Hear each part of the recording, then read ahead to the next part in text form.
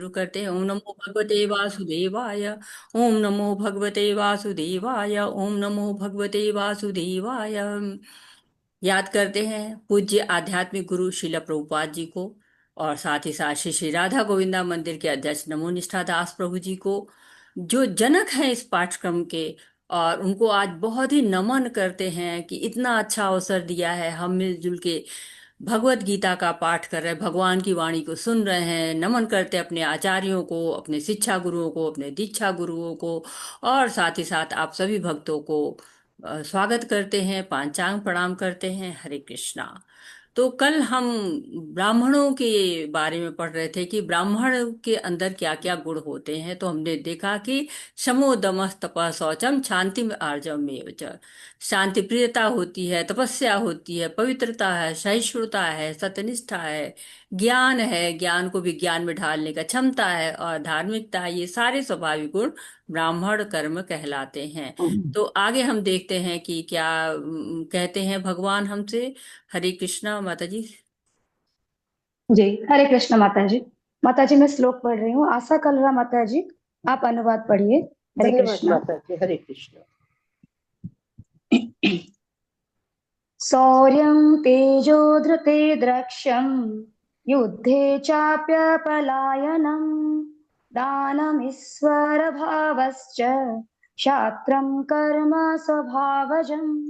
हरे कृष्णा। वीरता, शक्ति, संकल्प, दक्षता, युद्ध में धैर्य, उदारता तथा नेतृत्व ये क्षत्रियो के स्वाभाविक गुण है। हरे कृष्ण जी। हरे कृष्णा। मेरी तरफ से बहुत आवाज आ रही है? नहीं माता जी, ऐसा कुछ नहीं है, कोई ठीक आवाज आवाज आ नहीं रही है। है आपकी।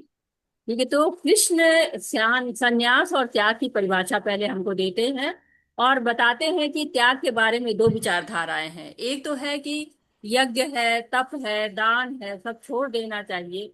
और दूसरा मत है कि नहीं त्यागना चाहिए। और भगवान कहते हैं कि यज्ञ, दान और तप के कर्मों को त्याग नहीं करना चाहिए। तो कर्म करने का भाव कैसा होना चाहिए कि कर्तापन का भाव नहीं होना चाहिए, फल की आशा के बिना कार्य करना चाहिए, कर्तव्य समझकर हमको कार्य करना चाहिए। तो त्याग तीन गुणों में क्या होता है। तामसी त्याग क्या होता है, मोहवश करते हैं हम। और राजसी त्याग होता है कि कष्टप्रद समझ के हम त्याग कर देते हैं, वो त्याग नहीं होना चाहिए। सात्विक त्याग होता है जब हम कर्तव्य समझ के, बिना आसक्ति के, कर्तव्य भाव से, कर्तापन के भाव के बिना करते हैं, तो वो त्यागी सच्चा त्यागी होता है। कर्म के पांच कारण हमने पढ़े। अधिष्ठान है, यानी कि जीव का शरीर है या कर्म का स्थान है। कर्ता जीव होता है। और कर्णम इंद्रियां होती हैं, जो कर्म करने की उपकरण इंद्रियां, यानी कि और चेष्टा, उनके द्वारा जो प्रयास किया जाता है। और दैवम, जो भगवान की इच्छा होती है उसके अनुसार। तो पांच जो है वो कर्म के कारण होते हैं। और कर्म के तीन प्रेरक होते हैं, ज्ञानम, ज्ञेय और परिज्ञाता। और कर्म के तीन संगठक होते हैं, कर्म, कर्णम और कर्ता। और तीन गुणों में ज्ञान भी होता है। जो सात्विक ज्ञान होता है वो समभाव से रहता है, सबको में भगवान को देखता है। रासिक ज्ञान जो होता है उसमें जीव को उसके शरीर के अनुसार जो है देखता है। और तामसिक जो ज्ञान होता है वो सब कुछ जो है वो स्वयं को ही मानता है, बिना सत्य जाने ही सारे कार्य करता रहता है। तो सात्विक कर्म क्या होते हैं, नियमित होते हैं, अनासक्ति पूर्वक होते हैं, और कर्मफल की इच्छा के बिना होते हैं। राशि कार्य क्या होते हैं, अपनी इच्छा पूर्ति के लिए होते हैं, और यश सम्मान पाने के लिए होते हैं। और तामसिक कार्य होते हैं जो स्वयं के लिए भी हानिकारक है, दूसरों के लिए भी हानिकारक होते हैं। सात्विक कर्ता अहंकार रहित होता है, संकल्प उसका होता है दृढ़, और उत्साह बनाए रखता है। राशि कर्ता आसक्ति में रखता है, कर्म में फल भोगना चाहता है, ईर्ष्यालु होता है, राग द्वेष होता है उसमें, सुख दुख में विचलित होता है। और तामसिक कर्ता जो है वो आलसी होता है, दीर्घ सूत्री भगवान ने उनको नाम दिया हुआ है। और तीन गुणों में जो बुद्धि होती है, तो सात्विक बुद्धि जानती है कि क्या करना चाहिए।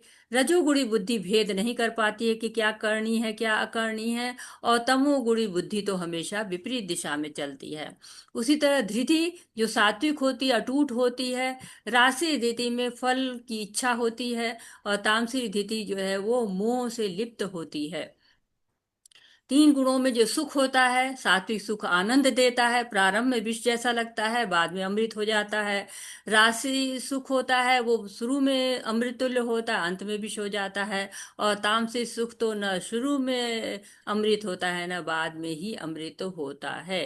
और वर्णाश्रम के द्वारा हम कर्तव्यों का शुद्धिकरण कर सकते हैं। तो वर्णाश्रम में चार आश्रम होते हैं, जो कि ब्रह्मचर्य है, गृहस्थ है, वानप्रस्थ है और संन्यास है। और चार जो है वर्ण होते हैं, ब्राह्मण, क्षत्रिय, वैश्य, शुद्र, जिसमें ब्राह्मण की जो है गुण हमने पढ़े थे कि 9 गुण उसमें होते हैं। और अब हम क्षत्रिय के गुण देख रहे हैं कि क्षत्रियों में क्या गुण होते हैं।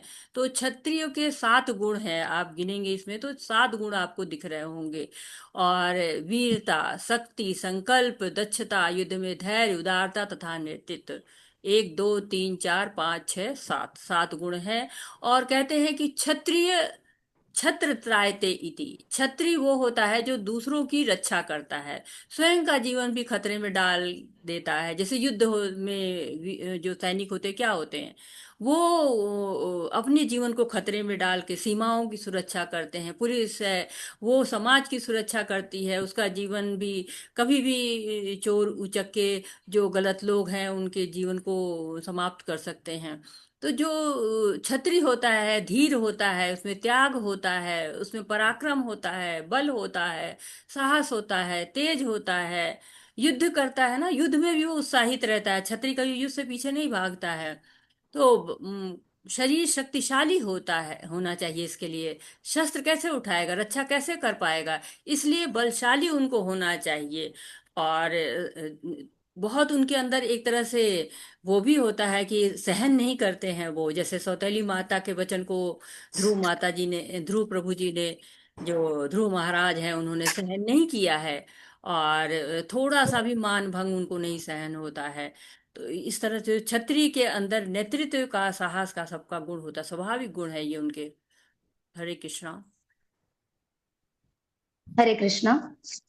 कृषि गोरक्ष वाणिज्यं वैश्यकर्म स्वभावजं परिचर्यात्मकं कर्म शूद्रस्यापि स्वभावजं। हरे कृष्णा।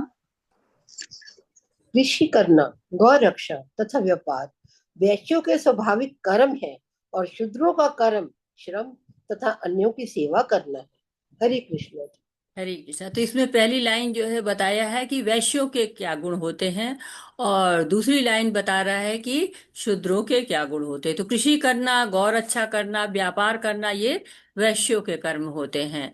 इसमें रजोगुण और तमोगुण की प्रधानता होती है, रजोगुण प्लस तमोगुण, तो रजोगुण ज्यादा होता है और तमोगुण कम होता है। तो भागवतम में वैश्यों की वृत्ति 4 प्रकार की बताई गई कि कृषि, वाणिज्य, गौ रक्षा और जो है वो ब्याज लेना भी कहते हैं इसको। और जो ब्याज के कार्यक्रम भी वो करते हैं ना, जो वैश्य लोग होते हैं। लेकिन शूद्रों का जो है वो स्वाभाविक कर्म होता है कि ब्राह्मण, क्षत्रिय और शूद्रों की सहायता करना। आजकल इस तरह के कार्य हो रहे हैं जो वैश्य के, कि वो गौर अच्छा नहीं करते हैं और कृषि भी नहीं करते हैं, वो केवल व्यवसाय ही करते हैं। आजकल तो हम इस तरह का देख रहे हैं। हरे कृष्णा। हरे कृष्णा। स्वे स्वे कर्मण्याभिरतः संसिद्धिं लभते नरः स्वकर्मनिरतः सिद्धिं यथा विन्दन्ति तच्छृणु। हरे कृष्ण। अपने अपने कर्म के गुणों का पालन करते हुए प्रत्येक व्यक्ति सिद्ध हो सकता है। अब तुम मुझसे सुनो कि ये किस प्रकार किया जा सकता है। हरे कृष्ण।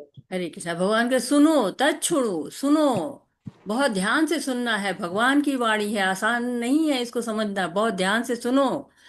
कि सारे वर्णों के गुण बता दिए भगवान ने। ब्राह्मण में कौन से गुण हैं, क्षत्रिय में कौन से गुण हैं, शूद्र में कौन से गुण हैं, वैश्य में कौन से गुण हैं। अब बता रहे हैं कि चारों वर्ण अपने अपने को कर्म करते हुए सिद्धि प्राप्त कर सकते हैं। जबकि देखिए चारों वर्ण कितने अलग अलग है, ब्राह्मण का कार्य दूसरा है, क्षत्रिय का दूसरा है। लेकिन ये अगर अपने अपने गुण के अनुसार कार्य किया जाए तो सिद्धि मिलेगी। 2 बार भगवान सिद्धि कह रहे हैं। क्यों महत्व है इसका? क्योंकि हम सोचते हैं ना कि सिद्धि कैसे मिल पाएगी। तो भगवान कह रहे कि कर्म अलग अलग दिख रहे हैं, लेकिन सारे कर्म सिद्धि प्रदान करेंगे। हरे कृष्णा। हरे कृष्ण। यतः प्रवृत्ति भूतानां येन सर्वम् इदं ततं स्वकर्मणा तमभ्यर्च्य सिद्धिं विन्दन्ति मानवः। हरे कृष्ण। जो सभी प्राणियों का उद्गम है और सर्वव्यापी है, उस भगवान की उपासना करके मनुष्य अपना कर्म करते हुए पूर्णता प्राप्त कर सकता है। हरे कृष्ण जी। हरे कृष्ण। तो श्रीमद् भागवतम का पहला ही श्लोक है, जन्मादस यतो अन्वयाद इतरतश्च चार्थेव अभिज्ञ स्वराट। तो ये वेदांत सूत्र है, जन्मादस यतो अन्वयाद वेदांत सूत्र है। वेदांत सूत्र क्या होते हैं? बहुत थोड़े में ही बहुत कुछ कह जाते हैं। सूत्र होते हैं जैसे मैथमेटिक्स के फॉर्मूले होते हैं ना, थोड़े में ही सब कुछ रहता है, वैसे ही यहाँ पर कहा गया है कि भगवान ही प्रत्येक जीव का उद्गम है। भागवतम में भी कहा गया और यहाँ पर भी कहा जाए, यत प्रवृत्ति भूताना, भगवान से ही जीवों की उत्पत्ति हुई है। भगवान सर्वव्यापी हैं, क्षीरोदक्षाई विष्णु के रूप में कण कण में प्रवेश करते हैं। और उस भगवान की प्राप्ति के लिए क्या करना है? वो कर्म करना है जो वर्णाश्रम द्वारा निर्धारित किया गया है। उसके द्वारा ही भगवान की भक्ति करके पूर्णता को पाया जा सकता है। वही कर्म करके पूर्णता प्राप्त कर सकते हैं और उद्धार कर सकते हैं अपना। तो कितनी बड़ी बात कर रहे कि कुछ ज्यादा नहीं करना है। जो भी आप कर रहे हैं, यत करोषि यत जोशी, यत यत जो होशी ददाशियत। तो जो भी आप करिए, जो भी आपके काम हैं उनको करिए, और सबको भगवान को अर्पण करते हुए करिए। हरे कृष्ण। श्रेयान् स्वधर्मो विगुणः परधर्मा स्वनुष्ठितान् स्वभावनियतं कर्म कुर्वाणाप्नोति किल्बिषम्। हरे कृष्ण। अपने वृत्ति पर कार्य को करना, चाहे वे कितना ही त्रुटिपूर्ण ढंग से क्यों ना किया जाए, अन्य किसी के कार्य को स्वीकार करने और अच्छी प्रकार से करने की अपेक्षा अधिक श्रेष्ठ है। अपने स्वभाव के अनुसार निर्दिष्ट कर्म कभी भी पाप से प्रभावित नहीं होते। हरे कृष्ण जी। हरे कृष्णा। तो ये वर्णन चल रहा है कृष्ण के लिए कर्म योग कैसे करें। कर्म योग चल रहा है कि तो गलतियां तो हो सकती हैं ना, परंतु जो स्वभाव जो है, कर्म जो स्वकर्म है उसको निष्काम भाव से किया जाए, आध्यात्मिक तरीके से किया जाए, तो वो भगवान की तरफ ले जा सकता है। कभी कभी हमको लगता है कि जो काम हम कर रहे हैं ना ठीक नहीं हो रहा, मन नहीं लग रहा है, परंतु जो कर्म स्वभाव के अनुसार होता है ना, वो ठीक से नहीं हो रहा है, मन नहीं लग रहा है, परंतु उत्तरदायित्व के साथ किया जाए तो सही परिणाम निकलेगा। जैसे अस्पताल है, उसमें सारे मरीज है, उनको एक सी दवा नहीं दी जाती है ना। भले ही दूसरी दवा कितनी भी अच्छी हो, ऐसा नहीं कि लाल वाली कैप्सूल ज्यादा अच्छी लग रही है तो वही दे दो, हम व्हाइट वाली नहीं खाएंगे, नहीं। जो लाभ करेगा वही दवा दी जाती है। उसी तरह जो आपका कर्म है उसी को अगर करेंगे तो आपको सिद्धि मिलेगी। आजकल समाज में बहुत उथल पुथल उठा पटक सब लगी हुई है। क्यों? क्योंकि लोग अपने स्वभाव के अनुसार कर्म नहीं कर रहे। माता पिता ने कह दिया इंजीनियर बनना है तो बन गए, माता पिता ने कह दिया डॉक्टर बनना है बन गए। अपने अनुसार स्वधर्म के अनुसार कार्य नहीं करने। स्वधर्म कौन सा धर्म होता है? जो वर्णाश्रम के अनुसार आपका धर्म है। भागवतम में भी कहा गया, तावत कर्माणि कुर्वती न निवेद्य यावता मत कथा श्रवणादो व श्रद्धा यावन जायते। जब स्वधर्म, वही आपको श्रेय दिलाएगा, उसी से आपको प्रशंसा मिलेगी, वही आपके लिए लाभकारी होगा, सर्वकालिक लाभकारी होगा, उपकारी होगा। जो भगवान जो है वो बता रहे हैं श्लोक में, और प्रभुपाद जी हमको क्या बता रहे हैं कि भगवत गीता में मनुष्य के वृत्ति परक कार्य, वृत्ति परक कार्य जो वर्णाश्रम धर्म के कार्य, स्वधर्म उनको कहा गया है, का निर्देश है। जैसा कि पूर्ववर्ती श्लोकों में वर्णन हुआ है, ब्राह्मण क्षत्रिय वैश्य और शूद्र के कर्तव्य उनके विशेष प्राकृतिक गुणों के द्वारा निर्दिष्ट होते, जो स्वभाव है उनका, उस हिसाब से बंटवारा हुआ है, गुण कर्म से उनका बंटवारा हुआ है। किसी को दूसरे के कार्य का अनुकरण नहीं करना चाहिए। अब दोनों के कार्य कितने विपरीत है। ब्राह्मण है वो पढ़ता पढ़ाता है, क्षत्रिय है वो युद्ध करता है। अब ब्राह्मण युद्ध नहीं कर सकता, क्षत्रिय पढ़ पढ़ा नहीं सकता है। उस तरीके से जितनी दक्षता के साथ ब्राह्मण पढ़ेगा उतनी दक्षता के साथ क्षत्रिय नहीं पढ़ सकता, जितनी दक्षता के साथ क्षत्रिय युद्ध करेगा उतनी दक्षता के साथ ब्राह्मण युद्ध नहीं कर सकता है। कर सकते हैं थोड़ा बहुत तो कर देंगे, लेकिन वो दक्षता नहीं आएगी। इसलिए अपने अपने स्वधर्म के अनुसार अगर आप कार्य करते हैं, हर मनुष्य को यज्ञ के लिए अथवा भगवान विष्णु के लिए कार्य करना चाहिए। निजी इंद्रिय तृप्ति के लिए किया गया कोई भी कार्य बंधन का कारण है। निष्कर्ष यह निकला कि मनुष्य को चाहिए कि अपने द्वारा अर्जित विशेष गुण के अनुसार कार्य में प्रवृत्त हो और परमेश्वर की सेवा के लिए कार्य करने का निश्चय करे। और जबकि आज के समाज में बिल्कुल विपरीत दिखता है, आप लोग अपने स्वधर्म के अनुसार कार्य नहीं करते हैं और इसीलिए सब कष्ट में रहते हैं। हरे कृष्णा। हरे कृष्ण।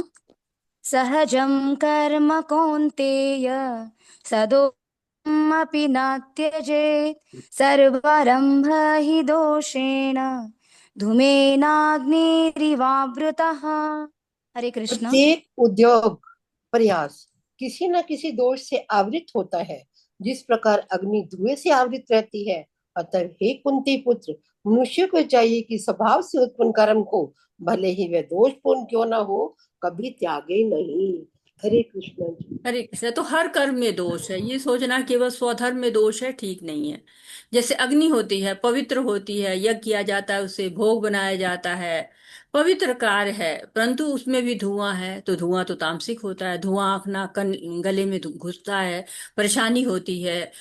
तो हम करते क्या है, धुएं को हटाते अग्नि का प्रयोग करते हैं। वैसे ही कर्म में कुछ परेशानी होती है, कुछ अच्छा लगता है, परंतु उसको सहन करके धर्म के अनुसार कार्य करना चाहिए। दोषों को हटाकर अच्छाई का आश्रय लेना चाहिए। तो जो इस तरह से करते हैं भक्ति भगवान की, वो कृष्ण को प्राप्त करते हैं। हरे कृष्णा। हरे कृष्ण। असक्त बुद्धि सर्वत्र जितात्मा विगत स्पृहः नैष्कर्म्य सिद्धिं परमां संन्यासेनाधिगच्छति। हरे कृष्ण। तो धन्यवाद। आत्मसैन्य तथा धन्यवाद माता जी। धन्यवाद धन्यवाद माता जी, धन्यवाद। धन्यवाद माता जी। सुबह पिकले माता जी, आप पढ़िए अनुवाद। जितात्मा हरे कृष्णा। विगत जो आत्मसमय तो जो हाथ का ये निकालेंगे जरा। हरे कृष्ण। बहुत आवाजें आ रही हैं, नरो हाँ, पीछे से आवाज आ रही है। बहुत आवाजें आ रही हैं, प्लीज आप। बोलो क्या? जो आत्मसमय तथा अनासक्त है एवं जो समस्त भौतिक भोगों की परवाह नहीं करता, वह संन्यास के अभ्यास द्वारा कर्मफल से मुक्ति की सर्वोच्च सिद्ध अवस्था प्राप्त कर सकता है। हरे कृष्ण। हरे कृष्ण। माता जी आपकी तरफ बहुत आवाज है क्या? नहीं नहीं, कोई नहीं, मैं अकेले घर में माता जी, लेटी माता हूँ। जी, वो शंकर भट्ट प्रभु जी है, उनको मैंने म्यूट किया, फिर से अनम्यूट हो गए माता जी। प्रभु हरे जी बंद कृष्ण। कर दीजिए प्रभु जी। और माता जी थोड़ा सा आप और नजदीक आके बोलिएगा, ठीक हाँ है? हाँ।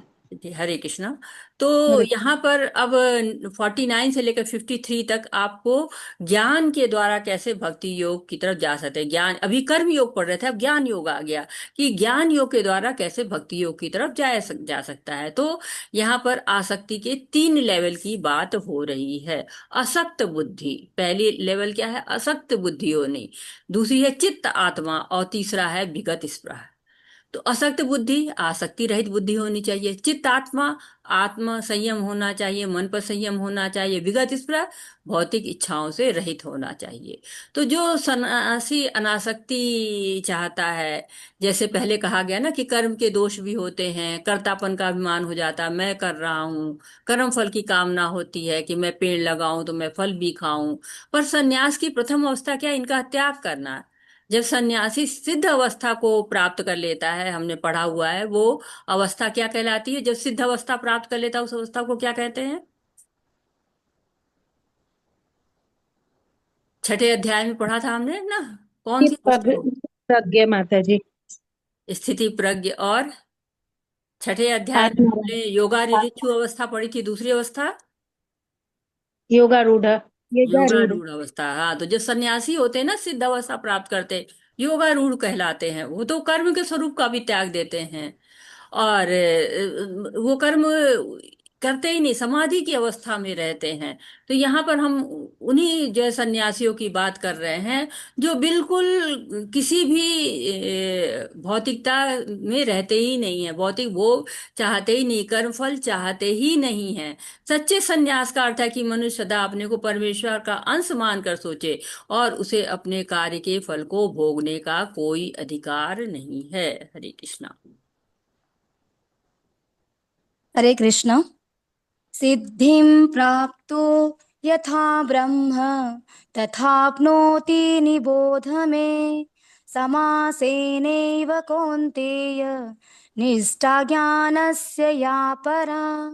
हरे कृष्ण। हरे कृष्णा। हे कुंती पुत्र, जिस तरह इस सिद्धि को प्राप्त हुआ व्यक्ति परम सिद्धावस्था अर्थात ब्रह्म को, जो सर्वोच्च ज्ञान की अवस्था है, प्राप्त करता है, इसका मैं संक्षेप में तुमसे वर्णन करूंगा, उसे तुम जानो। हरे कृष्ण माता। हरे कृष्णा। तो जो ज्ञानी होते हैं वो उनकी जो परम सिद्ध अवस्था होती है क्या होती है? ब्रह्मभूत अवस्था, ब्रह्म में विलीन हो जाने की अवस्था, ब्रह्म को प्राप्त करने का। तो कहते हैं कि योग द्वारा अज्ञान का अंत होता है। जब ज्ञान योग करते हैं तो अज्ञान चला जाता है, अंतःकरण शुद्ध हो जाता है। सांख्य योगी भी का ये पड़ाव होता है, ब्रह्म का पड़ाव। हम पहले 5वें अध्याय में पढ़ चुके हैं। संन्यास्तु महाबाहो दुखमाप्तुम योगतः योग युक्त मुनि ब्रह्म न चिरेणाधिगच्छति। तो ज्ञान की दिव्यता को प्राप्त करने के लिए अभी और क्या करेंगे आगे बताया जाएगा। जो दिव्यता ज्ञान की है, जो परम सिद्धि है, वो क्या है? ब्रह्म की अवस्था है। और उस ब्रह्म की अवस्था को प्राप्त कैसे करते? एक तरह से आप कर्म योग समाप्त हो चुका है, ज्ञान योग चल रहा है। हरे कृष्णा। हरे कृष्ण। बुद्ध्या विशुद्धया युक्तो धृत्यात्मानं नियम्य च शब्दादीन् विषयं त्यक्त्वा रागद्वेषौ विदस्य च विविक्तसेवि लघुवासी यत् वाक्काय मानसः ध्यानयोगपरो नित्यं वैराग्यं समुपाश्रितः अहङ्कारं बलं दर्पं कामं क्रोधं परिग्रहं विमुच्य निर्ममः शान्तो ब्रह्मभूयाय कल्पते। हरे कृष्ण। हरे कृष्णा।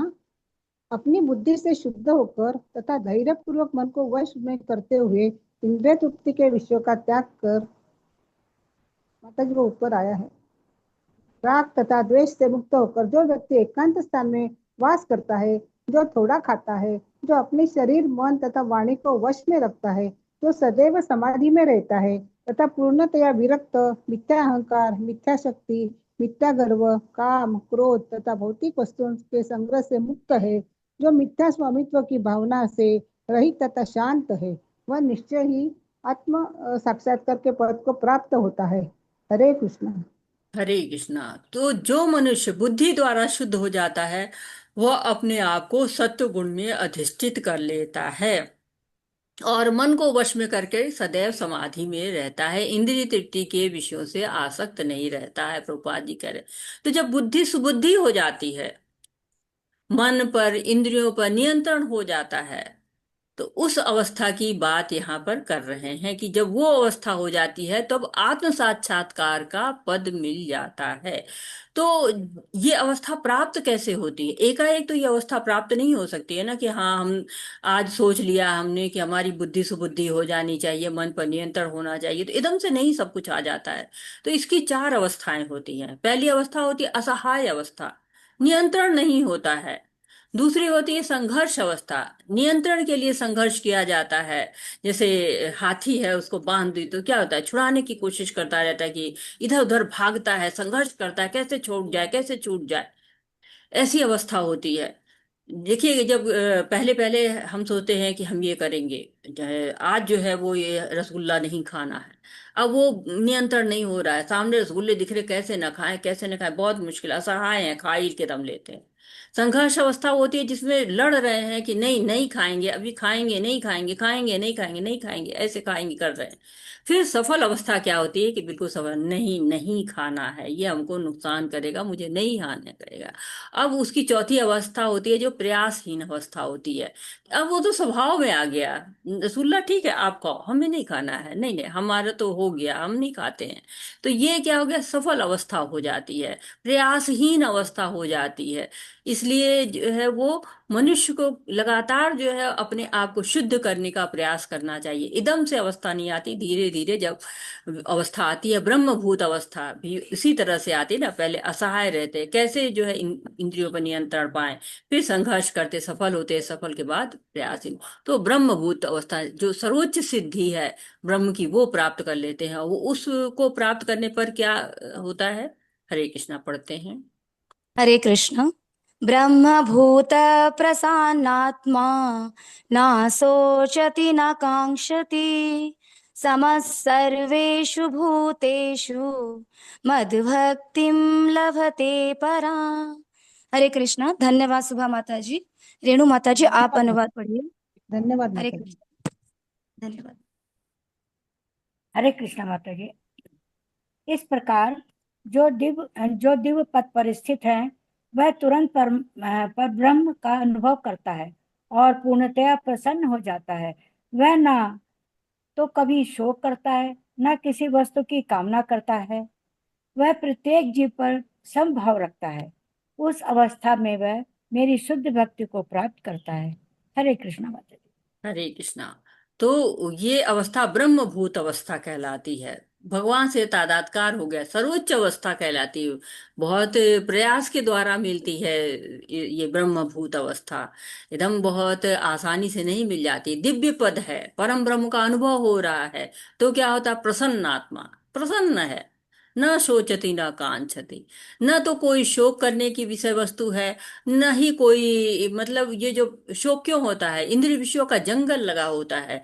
ये कर ले, ये कर ले, ये खा ले, ये पी ले, ये पहन ले, यहाँ चले जाए, ऐसे दिख जाए, वैसे जो इंद्रिय विषयों का जंजाल जो है, पूरा जंगल नष्ट हो गया, तो शोक समाप्त हो गए। सारे शोक तो यहीं से आते हैं ना, इंद्रिय विषयों की बहुत सारे राग द्वेष कलमश लोभ शोक सब वहीं से आता है ना। वो सारा समाप्त हो गया, जंगल समाप्त हो गया। न कांक्षति, संसार की कोई आकांक्षा ही नहीं बचे। सम सर्वेषु भूतेषु, समदर्शी हो गए। जितने भी प्राणी हैं सब बराबर दिख रहे हैं, किसी सब में भगवान दिख रहा है। कोई ये नहीं है कि हाँ ये तो छोटा है, ये तो लंबा है, ये तो मोटा है, ये पतला है, या ये निम्न जाति का, ये उच्च जाति का, ये निम्न योनि का है, उच्च योनि का है। सब समदर्शी, सब में भगवान है। तो ऐसे लोग बस भगवान की प्राप्ति चाहते हैं। हम पढ़ रहे थे ना हम लोग, अन्याभिलाषिता शून्यम ज्ञान कर्मादि अनावृतम आनुकूल कृष्णानु श्रीरम भक्ति उत्तमा। तो बस ऐसा ही हो जाता है, कोई इच्छा नहीं बाकी रहती, भगवान की इच्छा रहती है। कोई ज्ञान नहीं बाकी, कोई कर्म नहीं बाकी, बस भगवान के लिए ही, उसका जो है भगवान की प्राप्ति के लिए अब वो भक्ति करना शुरू कर देता है। क्योंकि अभी तक तो उसने अब ब्रह्म की अवस्था को प्राप्त किया, अब भगवान की अवस्था। ब्रह्म क्या है? भगवान की परम सत्य की पहली अवस्था है, और दूसरी अवस्था परमात्मा है, तीसरी भगवान है। तो अभी तो उसको और ऊंचाई पे जाना है ना, इसलिए वो भक्ति करता है, भगवान की सेवा करता है। हरे कृष्णा। हरे कृष्ण। भक्त्या मामभिजानाति यावान्यश्चास्मि तत्त्वतः ततो मां तत्त्वतो ज्ञात्वा विशते तदनन्तरम्। हरे कृष्ण। केवल भक्ति से मुझ भगवान को यथारूप में जाना जा सकता है। जब मनुष्य ऐसी भक्ति से मेरे पूर्ण भावनामृत में होता है तो वह वैकुंठ जगत में प्रवेश कर सकता है। हरे कृष्ण।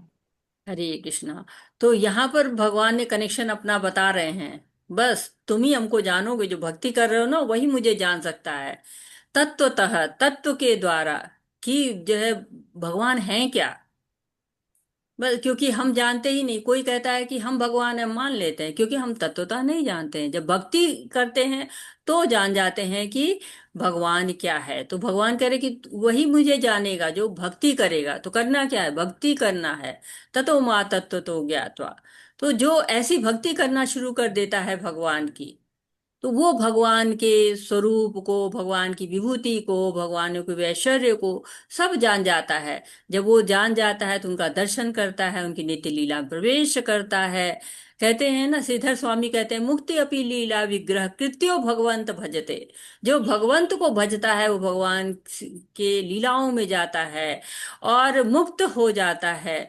तो न पुनर्जन्म की चिंता, न कष्ट, कोई संसार के दुखालयम है इसके दुख की भी चिंता नहीं। विशते तदनंतरम, भगवान को जानकर उसमें लीन होने के बजाय उनकी लीलाओं में प्रवेश करता है। श्री कृष्ण के धाम को जाता है तो तत्वतः जानना है। कौन जान सकता है? भक्ति जान सकता है। तो भक्ति के अलावा दूसरा कोई रास्ता नहीं है। भगवान ने तो अपने धाम को बता दिया, अपने बारे में बता दिया, और ये भी बता दिया कि मुझको प्राप्त कैसे करोगे, भक्ति के द्वारा करोगे। तो भक्त ही जो है वो भगवान के दिव्य गुण ऐश्वर्य को यथार्थ रूप में जान जा सकता है। 11वें अध्याय में कहा जा चुका है, केवल भक्ति द्वारा इसे समझा जा सकता है, और इसी की पुष्टि यहाँ पर हुई है। तो ब्रह्मभूत अवस्था के बाद अब धीरे धीरे भक्ति करता है और भगवान को जानता है। हरे कृष्णा। हरे कृष्ण। सर्वकर्माण्यपि सदा कुर्वाणो मद्व्यपाश्रयः मत्प्रसादादवाप्नोति शाश्वतं पदमव्ययम्। हरे कृष्ण। मेरा शुद्ध भक्त मेरे संरक्षण में समस्त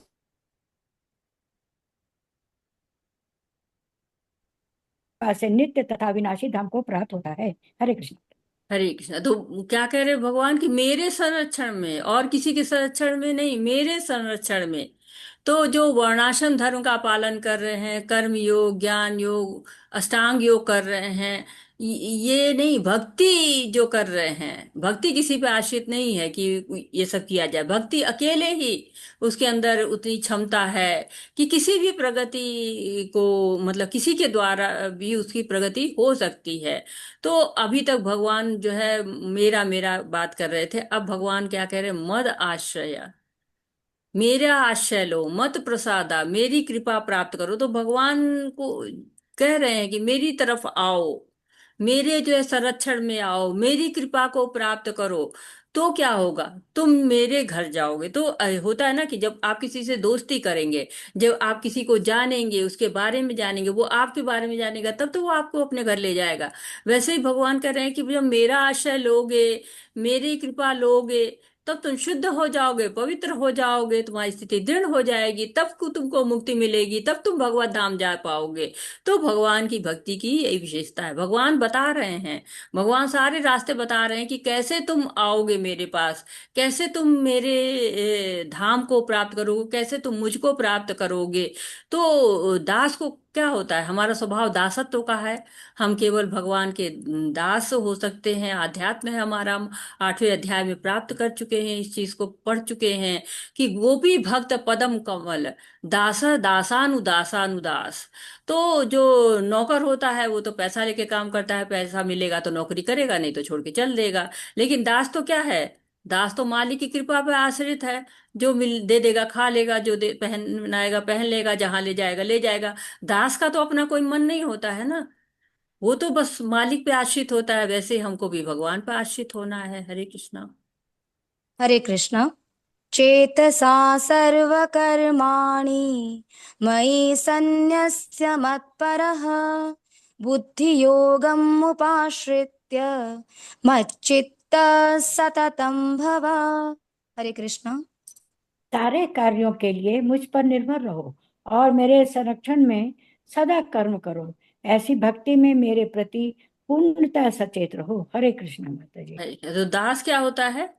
वो तो पैसा लेके नहीं करता है, वो तो मालिक पे आश्रित होता है। वैसे ही भक्त की मनस्थिति होनी चाहिए कि सारे कार्य भगवान पर निर्भर। जैसे बच्चा होता है ना, माता पिता पर पूरी तरह आश्रित रहता है कि जो भी कार्य होगा माता पिता के द्वारा होगा। द्रौपदी थी, 5 5 बलशाली पति थे, आवाज किसको दी? कृष्ण को, मेरी सहायता करो। यही अच्छा आश्रय, वास्तविक आश्रय यही है।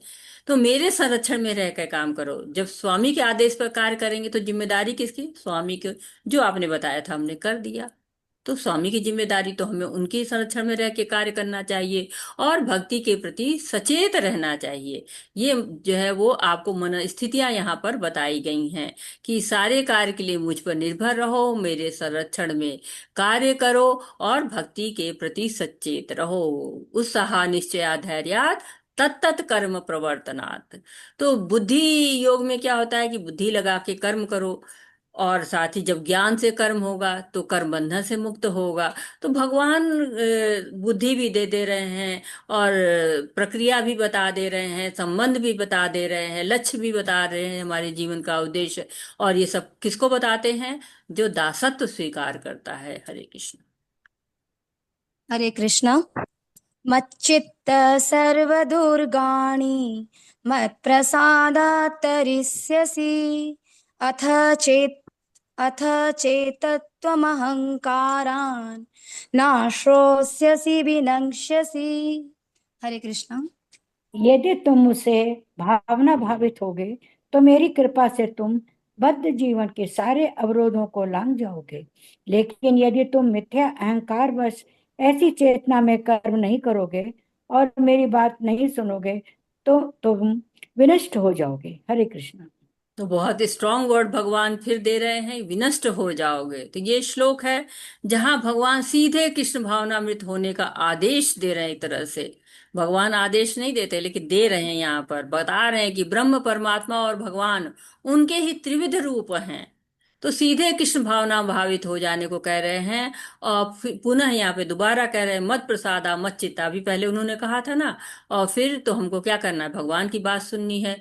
कह रहे तुम अहंकार में रहोगे, अगर तुम अन्यथा तुम नहीं मानते हो ना तो विनष्ट हो जाओगे। तो भगवान स्वतंत्रता दे रहे हैं, चुनाव आपका है, लाभ हानि सब बता दे रहे हैं। और एक में है कि अपराधों को लांघिए और भगवत धाम पहुंच जाइए, और सारी जो भौतिकता को लांघिए भगवत धाम पहुंच जाइए। और दूसरा मार्ग है कि अहंकार में पड़िए और पतन में जाइए। तो बहुत लोग कहते हैं कि भगवान अपने बच्चों को कैसे कह सकते हैं विनष्ट हो जाओगे। तो वैसे ही जैसे एक पिता डांटता है ना कि नहीं पढ़ोगे तो फेल हो जाओगे, तो ये नहीं है कि पिता चाहता है कि तुम फेल हो जाओ। नहीं, पिता चाहता है कि तुम पास हो, लेकिन वो आपको पहले से समझा रहा है कि पढ़ो पढ़ो, नहीं तो फेल हो जाओगे। वैसे भगवान कह रहे हैं कि तुम अहंकार में रहोगे तो विनष्ट हो जाओगे, तुम मेरे पास आओ तो मेरे धाम जाओगे। हरे कृष्णा। हरे कृष्णा। धन्यवाद रेणु माता जी। ज्ञानेश प्रभु जी आप श्लोक पढ़िए। रश्मि गुप्ता माता जी आप अनुवाद पढ़िए। हरे कृष्णा। हरे कृष्णा माता जी। स्वभावजेन कौन्तेय निबद्धः स्वेन कर्मणा कर्तुं नेच्छसि यन्मोहात् करिष्यस्यवशोऽपि तत्। हरे कृष्ण। हरे कृष्णा प्रभु जी, कौन सा पढ़ा आपने श्लोक? माता जी ये 60th। 59 अभी नहीं हो गया है, नहीं हुआ है प्रभु जी। नहीं माता जी 59 होगा यद अंक। 59 पढ़िए फिफ्टी प्रभु। नाइन 59। यदहङ्कारमाश्रित्य न योत्स्य इति मन्यसे मिथ्यैष व्यवसायस्ते प्रकृतिस्त्वां नियोक्ष्यति। हरे कृष्ण। हरे कृष्ण। यदि तुम मेरे निर्देश अनुसार कर्म नहीं करते और युद्ध में प्रवृत्त नहीं होते हो तो तुम कुमार्ग पर जाओगे। तुम्हें अपने स्वभावश युद्ध में लगना होगा। हरे कृष्ण माता जी। हरे कृष्णा। तो भगवान अर्जुन से कह रहे हैं कि तुझे स्वभाववश कार्य करना पड़ेगा। क्यों? अर्जुन क्षत्रिय है ना, उसका स्वभाव ही है युद्ध करना है। तो वही एकमात्र मार्ग है उसके पास। तो अगर एकमात्र मार्ग है ये, तो भगवत गीता की आवश्यकता क्यों है? तो पहले अर्जुन ने मना किया कि मैं युद्ध नहीं करूंगा, और भगवान कह रहे हैं कि तुम क्षत्रिय हो, तुम्हारा स्वभाव है युद्ध करना।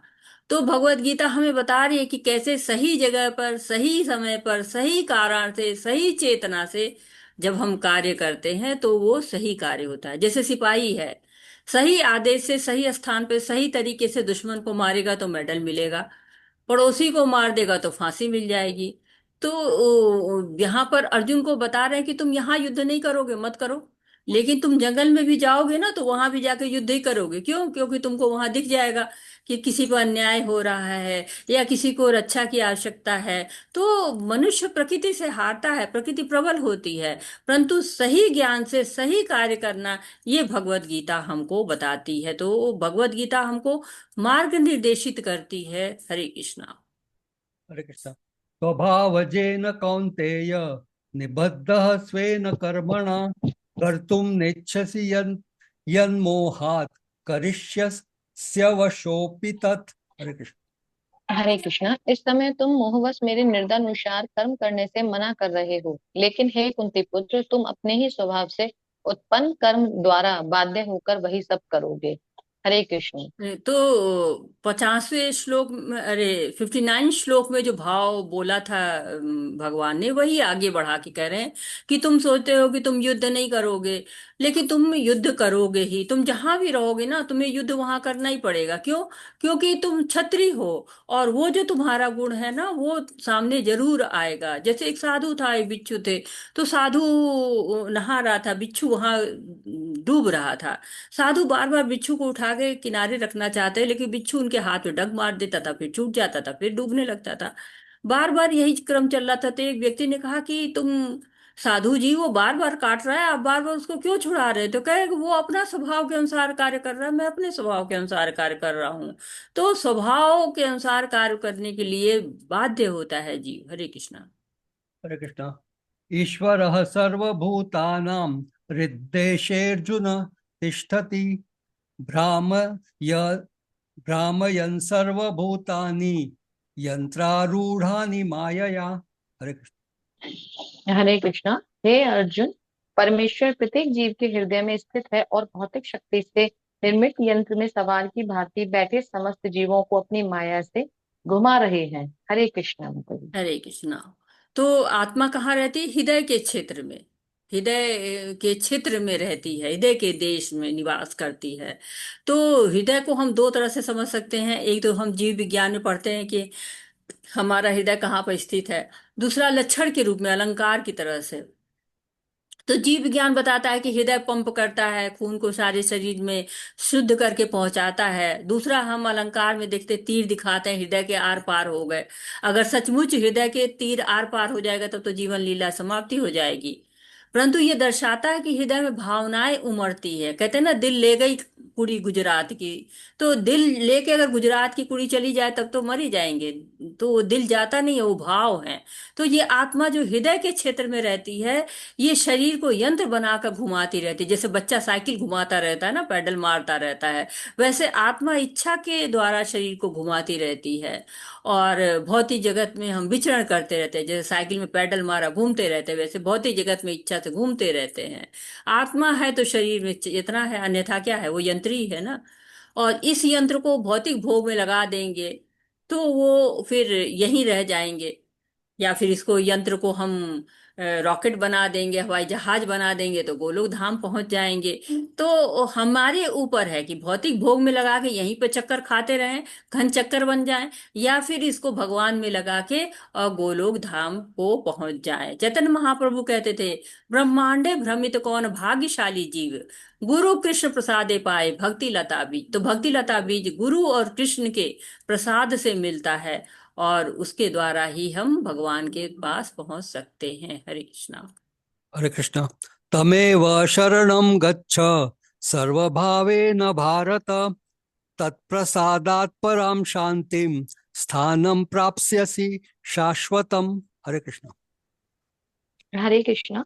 हे भारत, सब प्रकार से उसी की शरण में जाओ, उसकी कृपा से तुम परम शांति को तथा परम नित्य धाम को प्राप्त करोगे। हरे कृष्ण माता जी। हरे कृष्णा। तो अब हम एक तरह से निष्कर्ष की तरफ बढ़ रहे हैं। हम कृष्ण के अनुसार कार्य नहीं करते तो हम इस भौतिक जगत में खो जाएंगे, घूमते रह जाएंगे। हमारा स्वभाव न चाहते हुए भी उसी के अनुसार हमको कार्य कराता रहेगा हमको। तो भगवान हमारे कल्याण के लिए इस धराधाम पे आते हैं। 5 रूपों में आते हैं। वो कैसे? अर्च विग्रह के रूप में आते हैं। और दूसरा कोई बताएगा और किस रूप में आते हैं? अर्च भागवतम भागवत के रूप में, में आते हैं, जी हाँ। और प्रसाद के रूप में, प्रसाद के रूप में। भगवत गीता के रूप में माता जी। हरे कृष्णा। जी हाँ प्रभु जी, ग्रंथ अवतार के रूप में आते हैं। तो भगवान जो है वैभव अवतार के रूप में आते हैं। सारे अपने पार्षदों को लेके आते हैं। जैसे रामचंद्र जी आते हैं तो लक्ष्मण, अंगद, शत्रुघ्न, दशरथ सब आते हैं। कृष्ण जी आते हैं तो नंद, यशोदा, देवकी, वासुदेव सब आते हैं।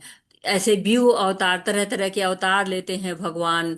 जो है वो वासुदेव के रूप में, संकर्षण, प्रद्युम्न, अनिरुद्ध, इनके रूप में भी अलग अलग रूप में आते हैं। कितने सारे अवतारों के रूप में आते हैं। तो भगवान ने अपने आप को कैसे कैसे रूप में लाते, कई तरीके के रूप में लेके आते हैं कि तुम मुझे पहचानो और पहचान के उसी के अनुसार तुम अपने आप को ढालो, उसी के अनुसार कार्य करो, मेरी शरण लो तुम।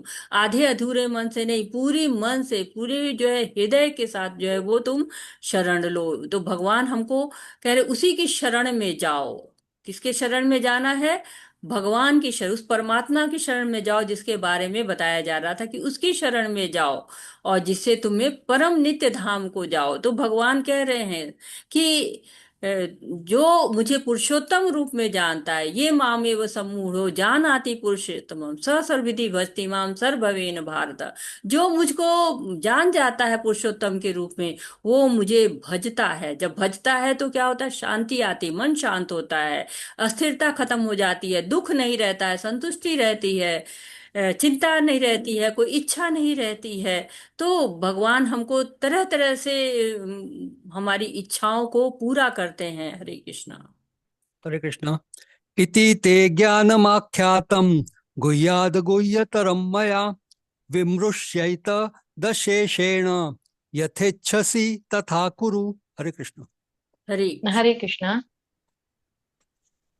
माता जी ऊपर करिए। हाँ, हो रहा माता जी, ये ठीक हो गया। इस प्रकार मैंने तुम्हें गुह्यतर ज्ञान बतला दिया, इस पर पूरी तरह से मनन करो और तब जो चाहो सो करो। हरे कृष्णा। हरे कृष्णा। तो अर्जुन सोच रहे हैं कि परम शांति मिलेगी कि परम धाम मिलेगा। तो भगवान कहते हैं कि तुमको दोनों मिलेगा। तुम जब अंतर्यामी की शरण में चले जाओगे तब अर्जुन कुछ बोलते नहीं है। जब भगवान कह रहे हैं कि तुम उस अंतर्यामी की शरण में चले जाओ, तो अर्जुन सोच रहे हैं कि भगवान क्या कह रहे हैं। तो अर्जुन थोड़ा सा चुप हो जाते हैं। तब भगवान और आगे बढ़ते हैं और बोलते हैं, क्या कहते हैं कि जो चाहो सो तुम करो, मैंने तुमको गुह्यतम ज्ञान दे दिया है, गुह्य ज्ञान दिया, गुह्यतर ज्ञान दिया, गुह्यतमम ज्ञान दिया तुमको। और अब तुम जो है वो अपने अंदर स्थित जो तुम्हारे परमात्मा बैठा है, जो चैत्य गुरु के रूप में है, उनकी शरण लो, अपनी बात पे मनन करो, फिर जो इच्छा हो सो करो। ये सारी बातें मैंने तुमको स्पष्ट कर दी, अब निर्णय तुम्हारा है। उनका उद्देश्य स्वतंत्रता छीनना नहीं होता हमारी। क्यों?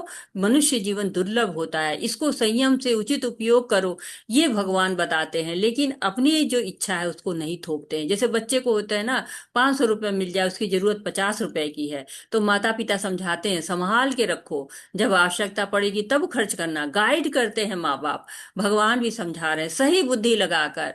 और मनुष्य अगर भगवान परमात्मा जो है अपने अंदर बैठा हुआ उसके निर्देश में काम करने लग जाए तो कृष्ण भावना मृत रहेगा। बुद्धि समर्थ हो जाए जब सही निर्णय लेने में, तब मनुष्य का जीवन सफल होता है। हम स्वतंत्रता का बहुत पक्ष करते हैं, स्वतंत्रता दिवस मनाते हैं, परंतु स्वतंत्रता हमें मिलती कैसी है? जब हम जिम्मेदार नागरिक बनते हैं, अन्यथा हमको गुलाम होने में समय नहीं लगता है।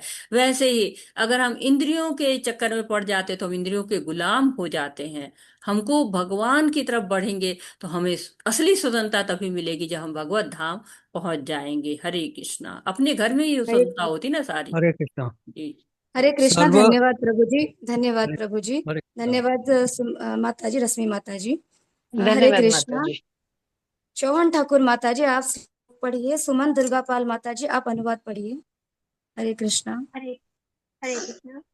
सर्वगुह्यतमं शृणु मे परमं वचः इष्टोऽसि मे दृढमिति ततो वक्ष्यामि ते हितम्। हरे कृष्ण।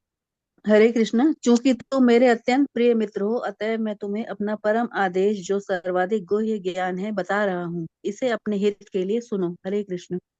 हरे कृष्णा। तो भगवान के वाक्यों का ये एकदम अंतिम चरण है, बहुत ध्यान से आप इसको पढ़िए और सुनिए। सर्व गुह्यतमम, सबसे गुह्य है।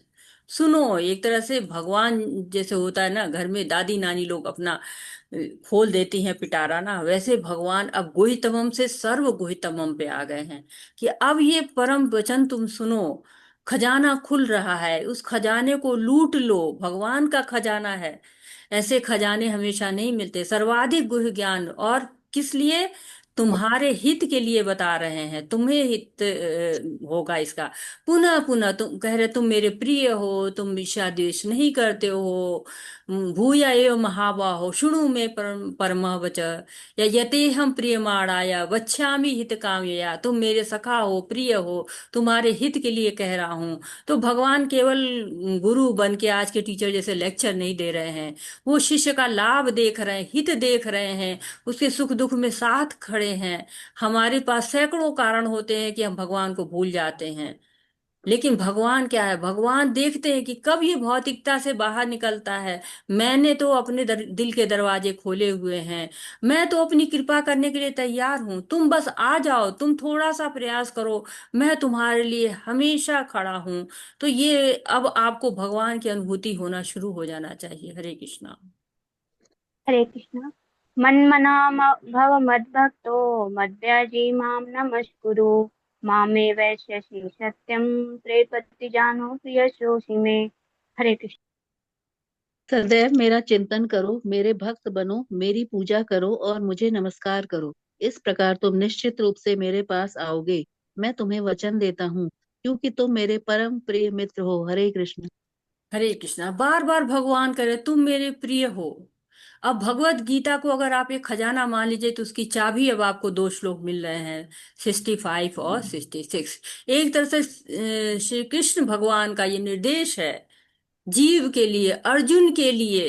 अर्जुन के प्रति प्रेम है, इसीलिए पहली लाइन कह रहे हैं कि मन मनाभो मद भक्तो मद्याजी माम नमस्कुरु। पहले भी बोल चुके हैं 9.33 में।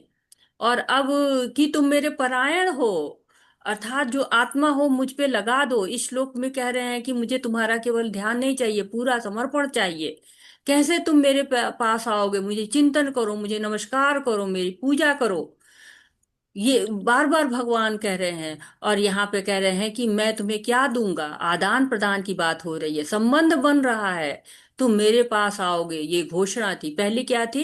इनडायरेक्ट घोषणा उन्होंने 9वें अध्याय में की थी कि क्षिप्रम भवति धर्मात्मा शाश्वत शांति गच्छति, कौन ते यह प्रतिजाने ही न में भक्ति प्रणश्यति। घोषणा कर दो कि जो मेरा भक्त होता है उसका कभी नाश नहीं हो सकता। यहाँ कह रहे हैं मामवेशी सत्यम ते प्रति जाने प्रेयोसी में।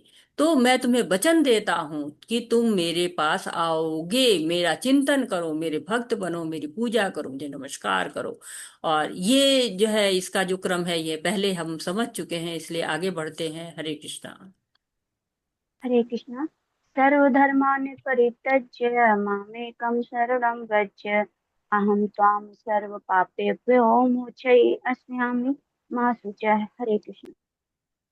समस्त प्रकार के धर्मों का परित्याग करो और मेरी शरण में आओ। मैं समस्त पापों से तुम्हारा उद्धार कर दूंगा, डरो मत। हरे कृष्ण। हरे, सारे धर्म छोड़ दो। किस धर्म को छोड़ने की बात कर रहे हैं भगवान? कहते हैं कि मुझसे प्रेम करना है, सब कुछ छोड़कर मेरे पास आ जाओ। और अब भी वही कह रहे हैं कि प्रेम हृदय का मैटर होता है। कहते हैं ना एक ही दिल है, किस किस को दूं? तो भगवान कहते हैं कि नहीं, किस किस वाला जो है मुझे नहीं चाहिए, मुझे पूरा ही हृदय चाहिए। तो जितने भी मेरे अधिकारी गण हैं, मेरे पार्षद हैं, देवी हैं, देवता है, सबको सम्मान दो, आदर दो, मना नहीं है, परंतु हृदय कहाँ दो? मुझे दो। सारे धर्मों को छोड़कर ज्ञान योग, कर्म योग, ध्यान योग, अष्टांग योग सब छोड़ दो। जितने भी धर्म, आपके देश का धर्म, समाज का धर्म, पति धर्म, पत्नी धर्म, सारे धर्म छोड़ दो और मुझसे जुड़ो, मेरे शरणागत हो जाओ। सर्वधर्मान परित्यज्य। ये नहीं कह रहे कि धार्मिकता को छोड़ दो, अधार्मिक हो जाओ। धर्म करो जो भगवान से जोड़े, जो भगवान की शरण पाए, ऐसे जो है वो धर्म से जुड़ो और बाकी धर्मों को छोड़ दो। तो भगवान कह रहे मैं तुम्हारे सारे पापों को नष्ट कर दूंगा। जैसे माता कहती है ना, बच्चे तुम कितने गंदे हो गए हो, आओ मैं तुम्हें बिल्कुल साफ सुथरा कर दूंगी। वैसे ही जो है पिता कह रहे हैं कि आओ मैं तुम्हारे सारे पापों को खत्म कर दूंगा। माँ कहती है ना, गंदे हो घर में, पहले बाहर से पूरे साफ हो जाओ तब अंदर आना। वैसे ही परम पिता कह रहे हैं कि पूरे जो पाप वगैरह सब साफ सुथरा कर दो, तब मैं अपने घर में प्रवेश कराऊंगा। गंदे तुमको घर में नहीं घुसाऊंगा, तो सारे पाप तुम्हारे पहले खत्म कर दूंगा। तो सारी आसक्ति, सारा मैंपन, सारा मेरापन, सारा जो है वो सब कुछ जो भी है सब छोड़ के तुम मेरे पास आ जाओ। तो एक तरह से भगवान कह रहे हैं कि मेरी शरण ग्रहण करो। और शरण ग्रहण करने का फॉर्मूला यहाँ हरि भक्ति विलास में सनातन गोस्वामी जी देते हैं कि अनुकूलस्य संकल्प प्रतिकूलस्य वर्जनम रक्षातीति गिशाशो गोप्तीते वर्णम तथा आत्मचित कार्पण्य षड्विधा शरणागति। तो 6 विधियों से शरणागति होती है। कैसे? अनुकूल से संकल्प।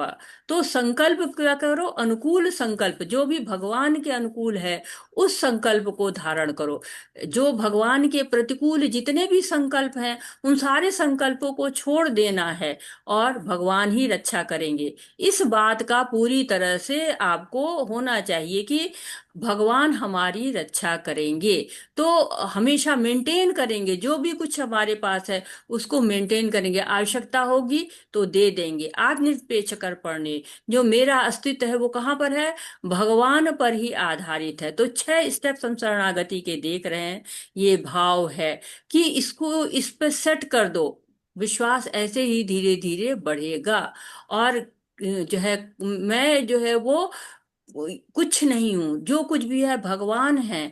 इसी भाव के साथ होना चाहिए, इसी भाव से कि ऐसा भाव नहीं कि दरवाजा खोला और झट से आ गए। नहीं, इसके लिए प्रयास करना पड़ता है, धीरे धीरे पन्ने पलटने पड़ते हैं, एक एक सीढ़ी आगे बढ़ना पड़ता है। जो जो भक्ति के अनुकूल है, जो भक्ति को आगे बढ़ाती है उसको स्वीकार करना है। जो उसका संकल्प लेना है, जो भक्ति से दूर ले जा रही है उसको त्याग देना है।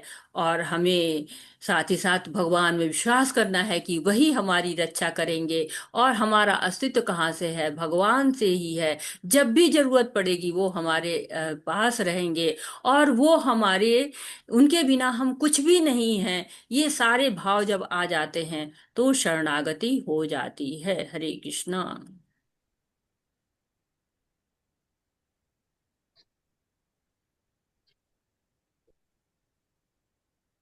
हरे कृष्णा। इदं ते नाता तपस्काय न भक्ताय कदाचन न चाशुश्रूष न चाशुश्रूषवे वाच्यं न च मां योऽभ्यसूयति। हरे कृष्ण। हरे यह कृष्णा। गुरु धन्यवाद सुमन दुर्गापाल माता जी, धन्यवाद माता जी। अनीता श्रीवास्तव माता जी, आप अनुवाद पढ़िए। हरे कृष्णा।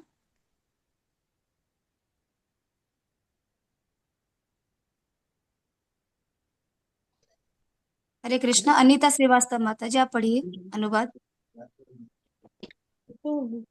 हरे कृष्णा। आवाज आ रही माता जी? आ रही है माता जी, पढ़िए। यह हुआ ज्ञान उनको कभी भी न बताया जाए जो न तो संयमी है, न एकनिष्ठ है, न भक्ति में रत है, न ही उसे जो मुझसे द्वेष करता हो। हरे कृष्ण माता जी।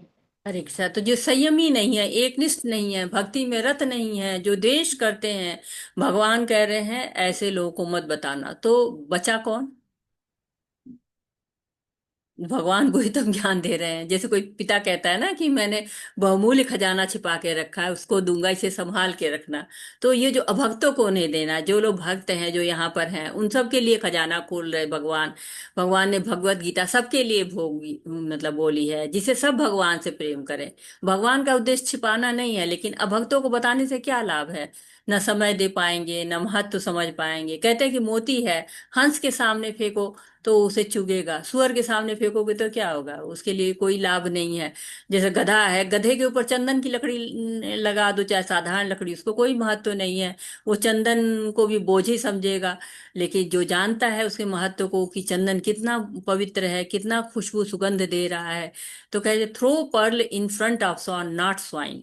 तो हमेशा स्वान के सामने, जो है, हंसों के सामने पर्ल को फेंकना है। स्वाइन जो है वो सुअर के सामने नहीं फेंकना है। हरे कृष्णा। हरे कृष्ण। या इदं परं गुह्यं मद्भक्तेष्व अभिधास्यति भक्तिं मयि परां कृत्वा मामेवैष्यत्य संशयः। हरे कृष्ण। श्री प्रभुपाद की जय हो। जो व्यक्ति भक्तों को यह परम रहस्य बताता है वह शुद्ध भक्ति को प्राप्त करेगा और अंत में वह मेरे पास वापस आएगा। हरे कृष्ण। तो यह इदम परम गुह्यम, परम रहस्य भक्तों को ही बताना है, क्योंकि वो शुद्ध भक्ति प्राप्त करेगा। माम अवेश्य संचय, बिना संचय के भक्ति करेगा। तो भगवान पहले भी बोल चुके हैं, मद भक्ति लभते पराम, कि वो दिव्य भक्ति प्राप्त करेगा, भौतिक जगत से दूर हो जाएगा। तो बता रहे हैं भगवान, और श्रील प्रभुपाद हमको समझा रहे हैं कि हम पूरे भक्त नहीं हैं, फिर भी हम भगवान के संदेश का प्रचार प्रसार कर सकते हैं। ये भी एक साधना है, ये भी एक तप है जिससे कृष्ण भावनामृत हुआ जा सकता है। तो हमें आशीर्वाद मिल रहा है। भगवान भेदभाव नहीं कर रहे हैं, जो भी भक्ति करता है उसको सीढ़ी दर सीढ़ी ऊपर पहुंचाते हैं। जंप लगा के हम कूद कर जो है वो भक्ति नहीं कर सकते, सेवा नहीं कर सकते हैं। भाव से कर सकते हैं। जब भाव करते हैं तो प्रेम बढ़ता है, प्रेम जब बढ़ता है तो हम भगवान के और नजदीक जाते हैं। और भगवान भी जो भक्त पास आता है उसको परम रहस्य बताते हैं और अपने पास ही उसको रखते हैं, अपनी नित्य लीलाओं में प्रवेश कराते हैं। हम देखते हैं ना, सारी गोपियां नित्य लीला में भगवान के हैं, पार्षद नित्य लीला में है भगवान के। हरे कृष्णा। हरे कृष्ण। न च तस्मान्मनु अस्तेषु कस्मिन् प्रिय कृतमः भविता न च मे तस्मादन्यः प्रियतरो भुवि। हरे कृष्ण। श्री प्रभुपाद की जय हो। इस संसार में उसकी अपेक्षा कोई अन्य सेवक न तो मुझे अधिक प्रिय है और न कभी होगा। हरे कृष्णा माता जी। हरे कृष्णा। तो ये भगवान अपने बारे में बता रहे हैं। भगवान जो है वो परिचय करा रहे हैं अपने आप से कि अपने आचरण से हमको प्रेरित कर रहे हैं कि भगवान से जुड़ो। अपने शब्दों से हमको प्रभावित कर रहे हैं, अपने व्यवहार से प्रभावित कर रहे हैं, भक्ति को दृढ़ कर रहे हैं, जिज्ञासाओं को शांत कर रहे हैं। और इस्कॉन में देखिए ये कार्य बहुत अच्छी तरह किया जाता है। भगवान का प्रचार प्रसार किया जाता है, शास्त्रों को पढ़ा जाता है। आचार्य गण होते हैं वो हमको ऐसे पढ़ाते हैं जैसे कक्षा में हम पढ़ते हैं। और वो कक्षा के साथ साथ जैसे ट्यूशन भी लगा रहता है कि भक्ति वृक्षा चलती हैं, और भक्ति वृक्षा में हमको और गंभीरता से और ज्यादा नजदीक से पढ़ाया जाता है। तो इसका बहुत प्रभाव पड़ता रहता है। हम शुद्ध भक्त कैसे बने, इसकी पूरी एक कक्षा जो है वो इस्कॉन में चलती रहती है। तो भगवान के चरणों में लिप्त अगर हम नहीं हो पा रहे हैं इसके बाद भी, तो हम क्या कर रहे हैं, अपराध कर रहे हैं। प्रभुपाद जी कहते हैं ना कि सारे लोग जो भी हैं, स्त्री हैं चाहे पुरुष हैं, वो सब भगवान की प्रचार प्रसार कर सकते हैं। आपको नहीं पढ़ना आता है, कीर्तन आता है, आप कीर्तन गा के भगवान के बारे में बता सकते हैं। जो भी मिलता है उससे भगवान की महिमा को बता सकते हैं, विभूतियों को बता सकते हैं। तो चैतन्य महाप्रभु कहते हैं ना कि मैं ढेर सारे फल लाया हूँ काशी में और आपको देना चाहता हूँ, लेकिन मैं अकेले नहीं कर सकता हूँ, इसमें आपकी मदद चाहिए। तो भगवान की सेवा करिए, भगवान का प्रचार प्रसार करिए। अगर आप मंदिर जा सकते हो, आप मंदिर में जाइए, मंदिर की सेवा करिए। और भगवान तब धीरे धीरे अपने आप को, अपने रहस्यों को बताएंगे।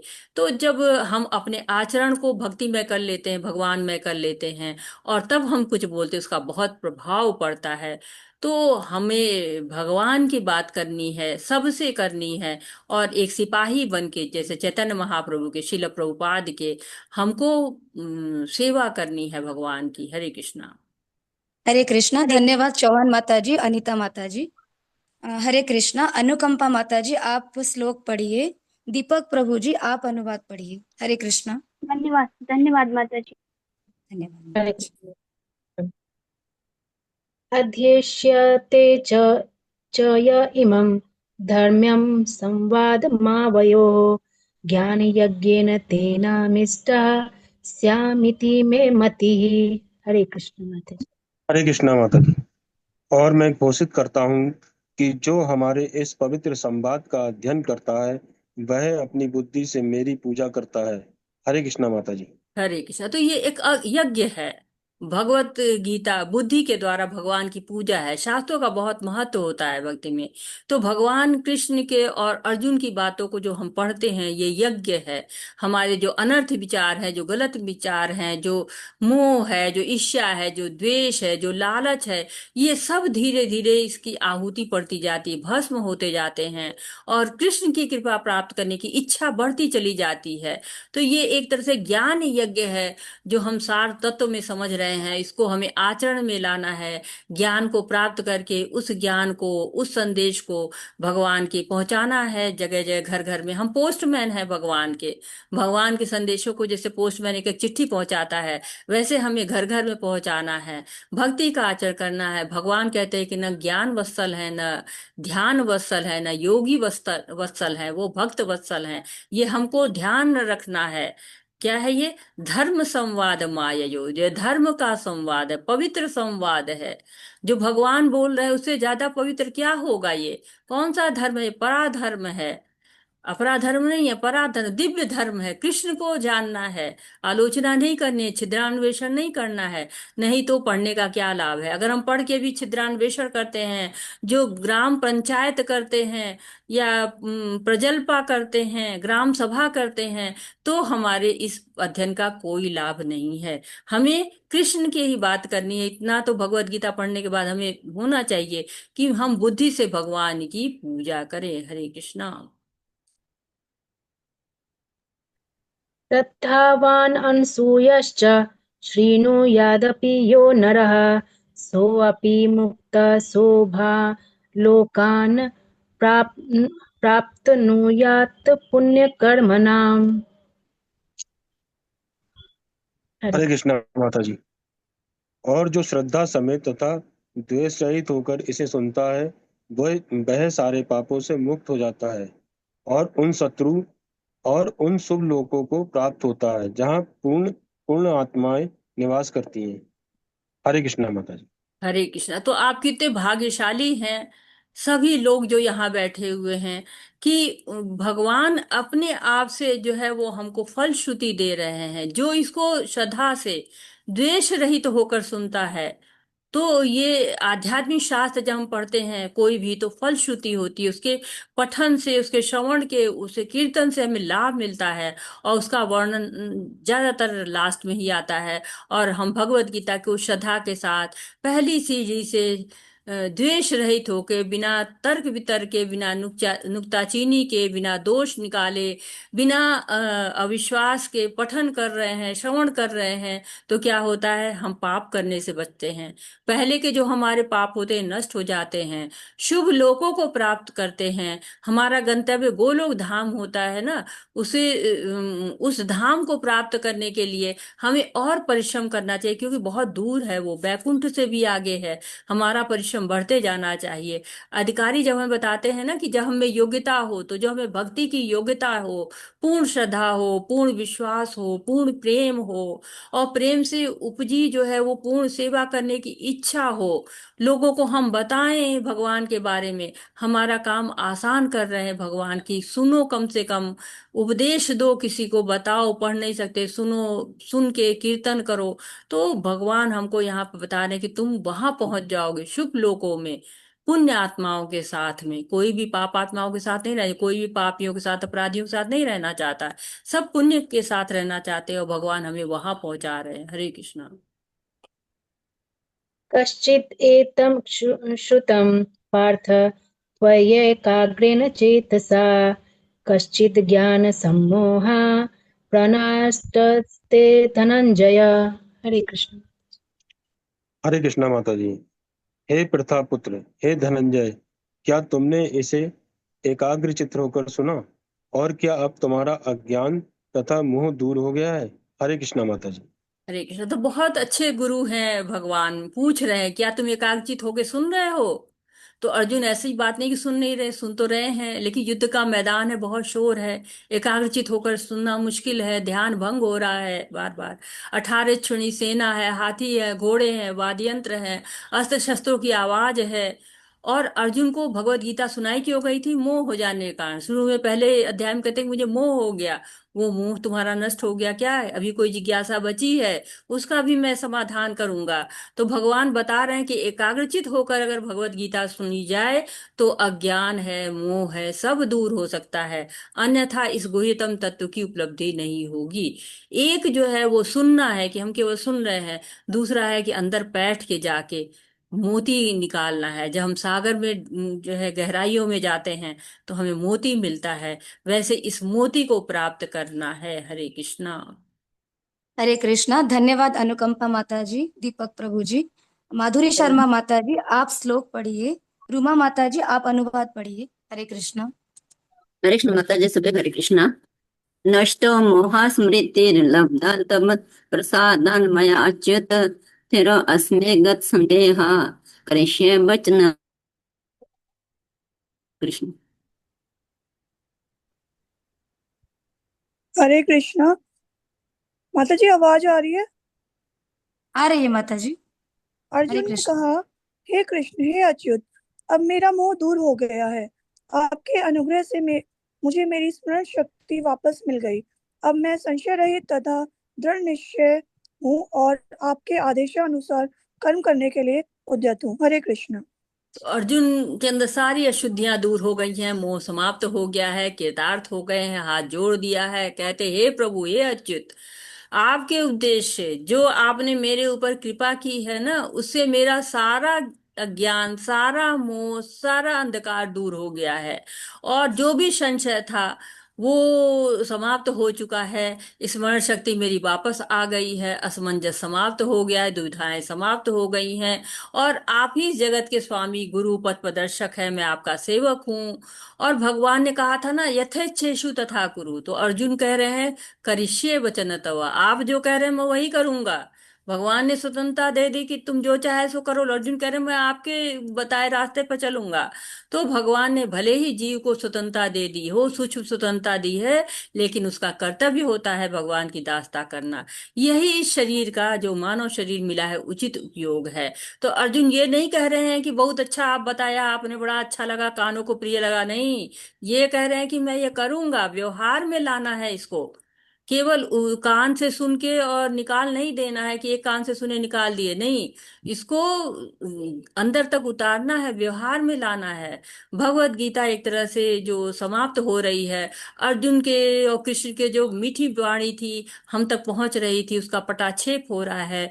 इस वाणी को सुनकर भक्त की दशा क्या होती है, ये अब हम संजय से जान सकते हैं कि संजय हमको क्या बता रहे हैं, कि इतना सुनने के बाद उनका जो है वो कैसा मन है, कैसी स्थिति है, कैसी परिस्थिति है। हरे कृष्णा। हरे कृष्णा। संजय वाच इत्यहं वासुदेवस्य पार्थस्य च महात्मना सर्वम् इदम् इम श्रोतुम् अद्भुतम् रोमहर्षणम्। हरे कृष्ण। हरे कृष्णा। संजय ने कहा, इस प्रकार मैंने कृष्ण तथा अर्जुन, इन दोनों महापुरुषों की वार्ता सुनी, और यह संदेश इतना अद्भुत है कि मेरे शरीर में रोमांच हो रहा है। हरे कृष्ण। हरे कृष्णा। तो ये स्थिति हमारी हो जानी चाहिए। अगर हम भगवत गीता मन से सुन रहे हैं, तो संजय धृतराष्ट्र को बता रहे हैं कि ये दो महापुरुषों की वार्ता है। साधारण प्रजल्पा नहीं है कि दो औरतें बैठ के बातें करती या दो पुरुष, नहीं। महान पुरुषों की वार्ता है, अद्भुत है, रोमांचकारी है। धृतराष्ट्र ने जो पहला श्लोक बोला था, उसके उत्तर में संजय धृतराष्ट्र को पूरा ये वर्णन सुनाते, ये महान वार्ता जो महापुरुषों के बीच में हुई है, किसी ने जो है वो सुना नहीं होगा और भविष्य में भी नहीं सुन पाएंगे। लेकिन ये ऐसे डायरेक्ट जैसे संजय ने सुना है, वो अपनी बात कर रहे हैं कि उस तरह से जय कौन सुन पाएगा। एक अखंड ब्रह्मांड को सफल करने का जो है वो पूरा सुखी कैसे हो, सफल कैसे हो, ये बताया है अखंड ब्रह्मांड के स्वामी ने।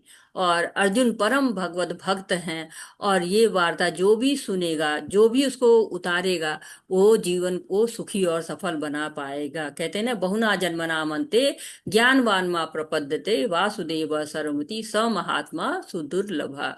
तो ये सुदुर्लभ जो है महात्मा, वो जो कोई भगवान ही सब कुछ है, वासुदेव ही सब कुछ है, ये जान जाए तो हमें तो कितना सुअवसर मिला है उनको जानने का।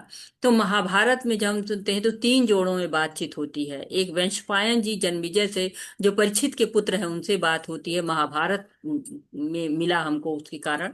धृतराष्ट्र और संजय की वार्ता है, जिससे भगवत गीता में जो है वो, और कृष्ण और अर्जुन, ये भी भगवत गीता। तो ये आप तीन जोड़े हैं जिनकी बातचीत ये हो रही है, जो महाभारत की बात हम कर रहे हैं, जिस महाभारत का पाठ ये जो है भगवत गीता है। हरे कृष्णा।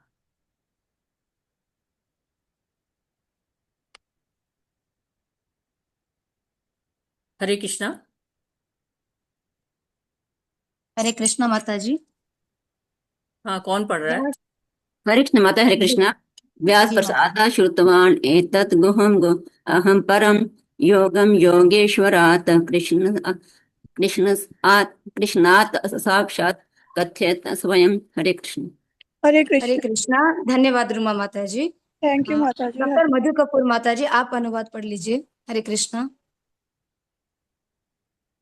डॉक्टर मधु हरे कपूर माता कृष्णा। जी। जी हरे माता जी कृष्णा पढ़िए। माता जी, धन्यवाद आपका। व्यास की कृपा से मैंने ये परम गुही बातें साक्षात योगेश्वर कृष्ण के मुख से अर्जुन के प्रति कही जाती हुई सुनी। हरे कृष्णा।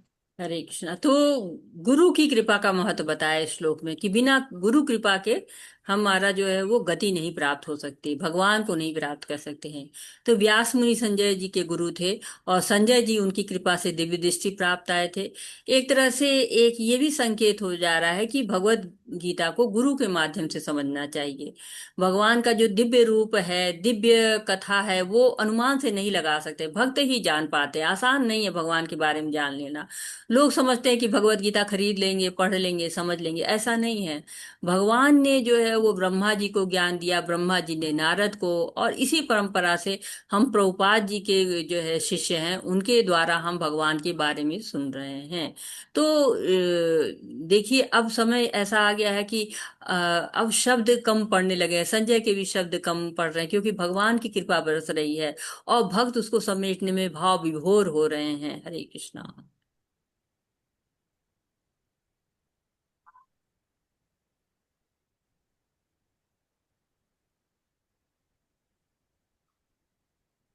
हरे कृष्णा, हरे मेरी कृष्णा। आवाज नहीं आ रही है या आ पढ़ाना? रही माता जी। माता जी माधुरी शर्मा माता जी। आप पढ़ लीजिए माता जी। राजसंस्मृत्य संसृत्य संवादम इम अद्भुतम केशव अर्जुनो पुण्यम हरिष्यामि च मुहुर्मुहुः। हरे कृष्ण। हरे कृष्णा। श्लोक 76। हे राजन, जब मैं कृष्ण तथा अर्जुन के मध्य हुई इस आश्चर्यजनक तथा पवित्र वार्ता का बारंबार स्मरण करता हूँ तो प्रति क्षण आह्लाद से गदगद हो उठता हूँ। हरे कृष्णा। हरे कृष्णा। तो श्री कृष्ण द्वैपायन द्वीप पर पैदा हुए थे व्यासदेव जी, संजय के गुरु थे। संजय भगवान की कृपा को स्वीकार कर रहे हैं, धन्यवाद दे रहे हैं, हमें भी दिशा दिखा रहे हैं कि गुरु की कृपा के बिना गीता तत्व है, भगवत तत्व है, नहीं समझा जा सकता है। तो सारा जगत भौतिक कष्टों से भरा हुआ है और यही एकमात्र औषधि है जिससे उपचार हो सकता है। हमारी हालत बिल्कुल वैसी। हरे कृष्णा। तो जैसे बच्चा है, हॉस्टल में जाता है पढ़ने के लिए, तो बच्चे को घर की याद आती है, चाहे गरीब हो चाहे अमीर, चाहे अति गरीब हो अधिक धनी हो, सब को घर याद आता है। परंतु कुछ बच्चों को हॉस्टल की जिंदगी इतनी अच्छी लगती है ना कि वो भूल जाते हैं कि घर की जाना है, या घर के लोग बुलाते हैं फिर भी नहीं जाते हैं। तो ये स्थिति हमारी है। हम भगवान को भूल गए हैं, हम अपने घर को भूल गए, अपने पिता को भूल गए हैं। यदि हम भगवान की वाणी को आत्मसात कर लेते हैं तो हम गदगद हो जाते हैं, क्योंकि ये पवित्र है, अद्भुत है। ये संवाद कृष्ण और अर्जुन के बीच में हुआ है, बार बार सुनने का मन करता है, याद आ रहा है संजय को, आह्लादित हो रहे हैं, गदगद हो रहे हैं, रोमांचित हो रहे हैं। हरे कृष्णा। हरे कृष्णा माता जी, मैं पढ़ूं? पढ़िए माता जी। तच्च संस्मृत्य संस्मृत्य रूप रूपाद्भुतं हरे विस्मयामि महान् राजन् हृष्यामि च पुनः पुनः। हरे कृष्णा माता जी। हरे हे कृष्णा। राज पढ़ूं मैं? माता जी जी उर्मिला पढ़ूं या मत क्या, आपका क्या विचार? जी मधु माता जी, आप ये अनुवाद पढ़ लीजिए। हरे कृष्ण। हरे कृष्णा। स- हे राजन, भगवान कृष्ण के अद्भुत रूप का स्मरण करते ही मैं अधिकाधिक आश्चर्यचकित होता हूँ और पुनः पुनः हर्षित होता हूँ। हरे कृष्णा। हरे कृष्णा। तो इस श्लोक से पूरी तरह स्पष्ट हो रहा है कि संजय महाराज ने भगवान के वृक्ष रूप, चतुर्भुज, द्विभुज रूप, सारे रूपों का दर्शन किया है। और बड़े बड़े महर्षियों देवर्षियों ने भी दर्शन किया, भगवान के साकार रूप का भी वर्णन कर रहे हैं, उनको स्मरण हो रहा है, अद्भुत रूप का बार बार याद कर रहे हैं, हर्षित हो रहे हैं, साक्षात भगवान का दर्शन। हुआ है उनको, हरि हैं वो, हर लेते हैं मन को चित्त को। अद्भुत है भगवान, सच्चिदानंद रूप है, तत्व भी है, चित्त भी है, आनंद भी है। बार बार स्मरण कर रहे हैं कि अद्भुत है, ये तीसरी बार कह रहे हैं कि अद्भुत है। संजय भगवान की वाणी का स्मरण कर रहे हैं, उनके रूप को, उनके मुखार बिंद को नहीं भूल पा रहे हैं। भगवान का दर्शन होता ही ऐसा है ना, कि नारद को भी हो गया था, और नारद परेशान होकर यहाँ वहां ढूंढ रहे थे कि भगवान कहाँ हो। हमारे पास तो ऐसी कोई न दिव्य दृष्टि है, न उतने पवित्र कान हैं, लेकिन फिर भी हम श्रवण कर रहे हैं, जितना सुनते हैं गदगद होते हैं। भौतिक जीवन में भी अगर हम प्रयास करें, रिजल्ट अनुकूल ना आए तो कष्ट होता है, परंतु भगवान का काम क्या होता है, पूरा रिजल्ट नहीं भी मिल रहा है तो भी इतना मन शुद्ध हो रहा है। अभी हम भगवत धाम के जाने के योग्य नहीं हुए, भक्ति के जो है वो शुद्ध भक्ति के योग्य नहीं हुए, फिर भी क्या हुआ, हमें आनंद हो रहा है, हम भी रोमांचित हो रहे हैं, हमको भी एक दिव्य अनुभव हो रहा है। हरे कृष्णा। हरे कृष्णा माता जी। हाँ। यत्र योगेश्वर कृष्णो यत्र पार्थोर्धनुर्धरः तत्र श्री विजयो भूतिर्ध्रुवानीति मतिर्मम। हरे कृष्णा माता जी। हरे जहाँ आवाज कृष्णा 78 नंबर श्लोक। जहाँ योगेश्वर कृष्ण है और जहाँ परम धनुर्धर अर्जुन है, वहाँ ऐश्वर्य, विजय, अलौकिक शक्ति तथा नीति निश्चित रूप में रहती है। ऐसा मेरा मत है। हरे कृष्णा। हरे हरे कृष्ण। कृष्णा। तो ये समय ऐसा होता है कि आप इसका थोड़ा सा अगर अनुमान लगाइए, थोड़ी अपनी दृष्टि को, कल्पनाओं को करिए, तो जहाँ योगेश्वर कृष्ण है तो जो है कितने सुंदर रूप में कृष्ण है, सर्वाकर्षक रूप में कृष्ण है। कुछ लोग कृष्ण को योगियों में सर्वोपरि मानते हैं, लेकिन भगवान योगियों के भी लक्ष्य हैं, योगेश्वर है। जहाँ योगेश्वर कृष्ण है, जहाँ पार्थ धनुर्धर हैं, अर्जुन जिनका निशाना अचूक है, हमारी भक्ति पर भी निशाना अचूक होना चाहिए। अब पार्थ धनुर्धर है, जो उनको धनुष को नीचे रख दिया था, गांडीव को, उसको उन्होंने पुनः धारण कर लिया है, अब धनुर्धर रूप में है। जब लक्ष्य कृष्ण हो जाए, राधा रानी की कृपा बरसने लगे, भगवान की नीति हो, भगवान का ऐश्वर्य हो, भगवान का प्रेम हो, अलौकिक शक्तियां हो, जहां पर, वहां पर जो है विजय है, वहां पर जो है वो कृष्ण का साक्षात जो है वो दर्शन है। वहां पर असाधारण है कृष्ण, भगवान कृष्ण असाधारण है, भगवान के भक्त भी असाधारण है, जिन पर भगवान की कृपा होती है। हम भी अपनी बुद्धि से, विचारों से, मन से, व्यवहार से, आचरण से यदि हम कृष्ण में हो जाते हैं, कृष्ण का मनन करते हैं, कृष्ण का चिंतन करते हैं, कृष्ण का श्रवण करते हैं, कृष्ण की वाणी का प्रचार प्रसार करते हैं, बस कृष्ण ही कृष्ण, कृष्ण ही कृष्ण।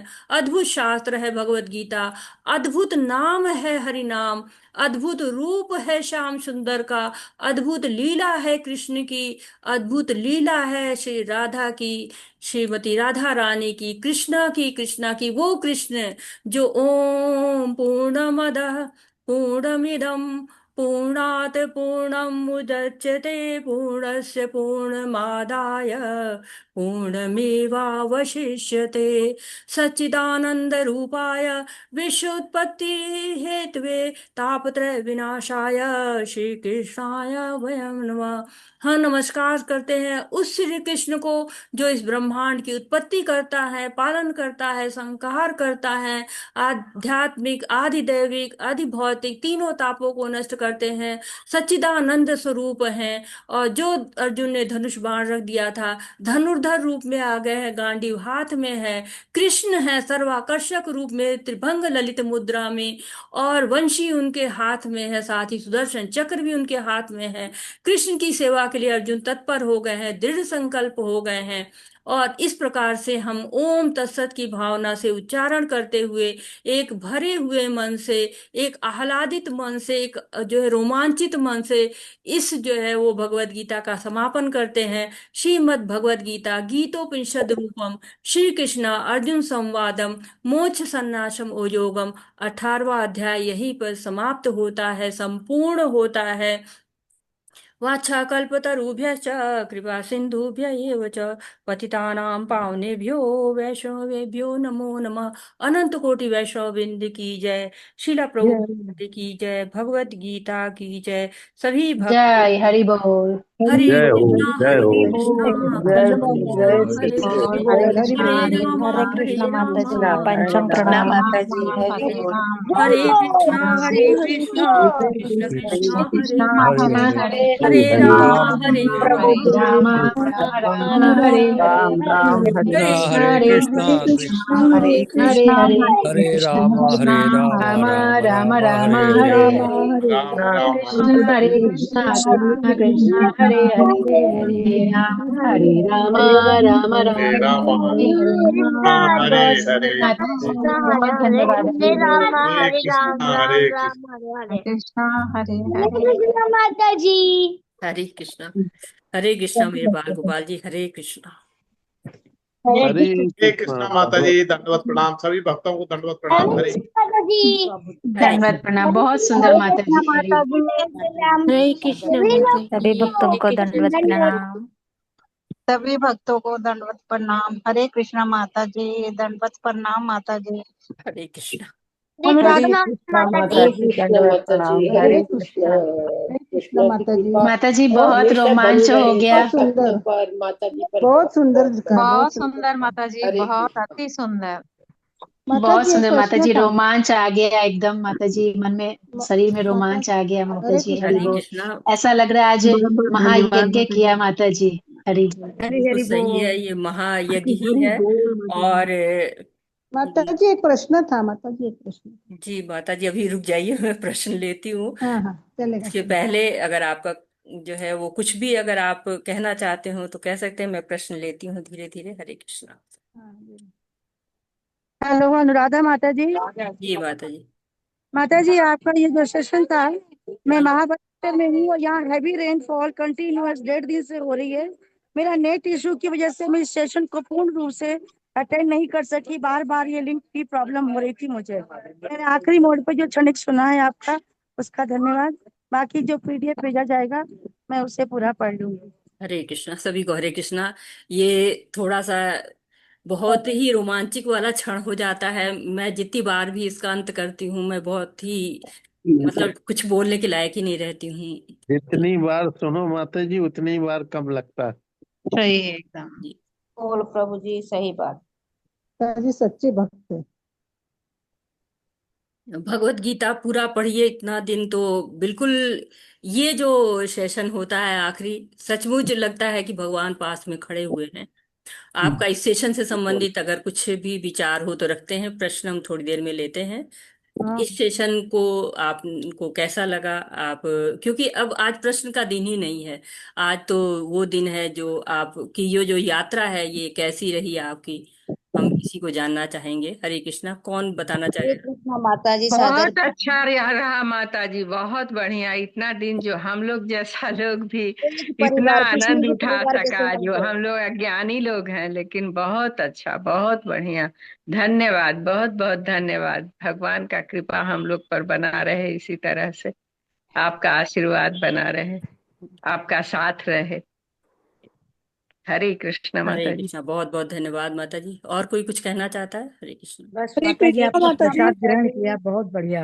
हरे कृष्ण माता जी, दंडवत प्रणाम। जी माता जी। हरे माता कृष्णा जी, माता जी। जब से ये भागवत गीता शुरू हुआ, मेरे अंदर एक अजीब सा रोमांच हो रहा था। रोज एक आनंद का फील हो रहा था, पर मुझे समझ नहीं हो रहा था कि मुझे क्या हो रहा है। लेकिन आज बहुत ज्यादा मुझे आनंद और रोमांच, और आपको देख करके मैं इतना भावुक हो गई हूँ माता जी। आपके आंसू को मैं भी, मेरे अंदर भी वो मेरे आंखों में भी आ गए, और मुझे बहुत बहुत आज फील हो रहा है कि मेरे कृष्णा ने कितनी बातें बताई थी, वो हमसे बार बार बोल रहे हैं कि हमें क्या करना है, और हम उसको सुन नहीं रहे थे। और आज मतलब आपने मतलब मैंने इतनी बार सुनी है, लेकिन आज पहली बार मुझे ये पूरी भगवत गीता इतने आनंद, मुझे माता जी इस पूरे फर्स्ट लेवल और सेकंड लेवल में माता जी, मुझे सच में मैं बोल रही हूँ, मुझे पूरे शरीर में माता जी रोज एक आनंद की अनुभूति होती थी कि मुझे क्लास करना है, मुझे समझना है, मुझे भगवान को देखना है, मुझे जानना है। मुझे इतनी ज्यादा मुझे वो फील हो रही थी माता जी, कि मैं जैसा आज आपको रोमांच हो रहा है माता जी, वैसे ही मुझे भी रोमांच हो रहा है कि मुझे मुझे भगवान को सुनने का, समझने का, उनके नाम रूप गुण लीला को देखने का अवसर मिल रहा है माता जी। और आगे भी मैं इसको समझ सकूंगी और इसको अनुभव कर सकूंगी और आनंद ले सकूंगी माता जी, और भगवान के जो आदेश है उसका पालन कर पाऊंगी माता जी। मुझे ये पूर्ण विश्वास ऐसा आज फील हो रहा है माता जी। बहुत बहुत धन्यवाद माता बहुत जी, बहुत आपका बहुत धन्यवाद, धन्यवाद। आपका भी धन्यवाद आपने जी। बहुत सुंदर से माता जी आपने हमें ये सब सिखाया है माता जी। हरे, आपका बहुत धन्यवाद माता जी। आपका हरे भी बहुत कृष्णा, बहुत धन्यवाद। धन्यवाद, आप लोगों ने सुना। हरे कृष्णा। हरे और कृष्णा। और कोई अपना विचार रखना चाहता है तो रख सकता है। जी हरे माता जी, कृष्णा हरे माता जी। कृष्णा माता जी, सादर प्रणाम। जी माता जी। माता जी आपकी क्लास मैंने तो लेवल 1 ज्वाइन करा, फिर लेवल 2 ज्वाइन करा। अब दोबारा से माता जी आपकी जो क्लास होगी, मैं चाहती हूँ मैं उसे फिर से ज्वाइन करूँ माता जी। बहुत अच्छी लगती है आपकी वाणी माता जी। जैसे मैंने पहले भी बोला था, बहुत हीलिंग है, बहुत शांति मिलती है। और माता जी बहुत अच्छा लगता है, मन करता है आपको ही सुनते रहें बार बार बार बार। आपकी वाणी माता जी, आपकी वाणी से भगवत गीता सुनते रहे माता जी। हरि बोल, हरि हरे बोल। कृष्णा माता जी। हरे कृष्णा। दीपक प्रभु जी, हरे कृष्णा। हरे कृष्णा माता जी। जी प्रभु जी। माता जी, इतने दिनों तक आपकी क्लास की, बहुत अच्छा लगा और जीवन जीने का तरीका आया। मतलब ये लगा कि जीवन अब शुरू हुआ है, अभी तक तो जीवन जो है निकला वो ऐसे ही निकला, क्योंकि इससे पहले कभी गीता सुनी नहीं, बस गीता का नाम सुना, कभी गीता पढ़ी नहीं, कुछ नहीं। लेकिन अब आपके द्वारा ये सुनी, समझा, अपनी दिनचर्या में लाना शुरू किया। एक क्लास की एक मतलब, कभी स्कूल के समय पे ऐसी क्लास की वो रहा करती थी, जो अब लगी कि टाइम टेबल से, हालांकि बड़ी व्यस्त लाइफ है, लेकिन फिर भी समय से आना, समय से बैठना, श्लोक पढ़ना, श्लोक का पठन करना, सब चीजें माता जी बहुत अच्छा लगा। और बहुत ज्यादा जीवन में परिवर्तन आया आपके द्वारा, आपके माध्यम से। प्रभु जी, सब प्रभुपाद जी का जो है वो है, उनकी दया है, उनके आप लोग गाइडेंस में हैं इस समय। और सब ग्लोरी उन्हीं की है, कृष्ण की है। हम लोग तो एक सिपाही है जो कि अपने जो है कार्य को कर रहे हैं। आप लोग का भी बहुत धन्यवाद। सुधीर प्रभु माता जी। जी, जी प्रभु हमारा मार्गदर्शन तो आप ही ने किया है, तो हमें तो जी। आप ही दिख रही हैं अब। जी जी। हरे तो कृष्णा भगवान ने माता जी, दंडवत भगवान ने प्रणाम अपने लिए ही माता भेजा है जी। माता जी को। अपने इस सावन में तो कोई हीरा, कोई पन्ना, कोई मोती, आप लोगों का, हम लोगों का बड़ा सौभाग्य है कि आप लोगों के दर्शन होते हैं, सब वाणी सुनने को मिलती है माता जी। अब जब ये हायर टेस्ट लग जाता है भगवान का, तब ये लोअर टेस्ट भौतिक के सब बेकार हो जाते हैं, है ना, बिल्कुल इसके सही है। सामने। बिल्कुल। जी प्रभु जी, तो आपका भी जो है मार्गदर्शन मिलता है हम लोग को। बहुत बहुत धन्यवाद है प्रभु जी आपका भी। हरे माता कृष्ण जी, मैं माता तो जी। आपका जी। खुश हूँ। हरे कृष्ण माता जी। बहुत जी। बहुत अच्छा लगा माता जी आपको सुनकर। मुझे तो इतना अच्छा लगता है माता जी कि आपका जो लिंक आता है यूट्यूब पर, उसे भी मैं दोबारा सुनती हूँ। बहुत ही अच्छा लगता है और पढ़ने का अवसर भी मिला। मैंने भी पहली बार ही गीता सुना जरूर था, किताब भी है मेरे पास, लेकिन उतना पढ़कर समझ में नहीं आया जितना आपने पढ़ाया। पहला लेवल भी और सेकंड लेवल भी बहुत ही अच्छा लगा माता जी। और ये क्लास भी हमने जो है अपना टाइम टेबल से लेते थे, तो बहुत ही बहुत बहुत अच्छा लगा। बहुत बहुत धन्यवाद माता जी। आप लोग का भी बहुत धन्यवाद। बहुत और धन्यवाद प्रभुपाद जी का माता जी। धन्यवाद। हरे कृष्णा। जी माता हरे जी। कृष्णा माता जी। जी माता हरे कृष्णा माता जी, जी। जी। दंडवत प्रणाम। मैंने भी आपकी क्लास फर्स्ट लेवल और सेकंड लेवल किया है। बट माता जी, मैंने मीनल माता जी के द्वारा उन्होंने लिंक भेजते तो मैंने ज्वाइन हुई थी अभी तक। जी। बट नेक्स्ट क्लास आपकी हम कैसे ज्वाइन होना, मुझे ये बताइए ना प्लीज। माता जी जो है वो नेक्स्ट क्लास, आप हमारे टच में रहिए तो हम बता देंगे आपको तो कहाँ। मैं तो आपका तो नंबर नहीं है, लेकिन मेरा नंबर मैं आपको डाल सकती हूँ, क्यों तो मेरे पास लिंक नहीं है माता जी। ओके, आपके पास लिंक नहीं तो मीनल माता जी के पास है। अच्छा, तो मैं उनको बता दूं तो। हाँ। एक्चुअल क्या हुआ, मेरे तो दोनों भी क्लास पूरा सुना है, बट कोई फायदा ही नहीं है। मुझे क्विज लिंक नहीं रहती है, मुझे आगे बढ़ने का सर्टिफिकेट नहीं भी तो नहीं आप रहेगा। वो करिए ना, ग्रुप में जुड़ जाइए तो आपको हाँ, सारी वो लिंक मिल कैसे जाएगी। जोड़ो वही समझ में नहीं आ रहा ना मुझे, तो वो है।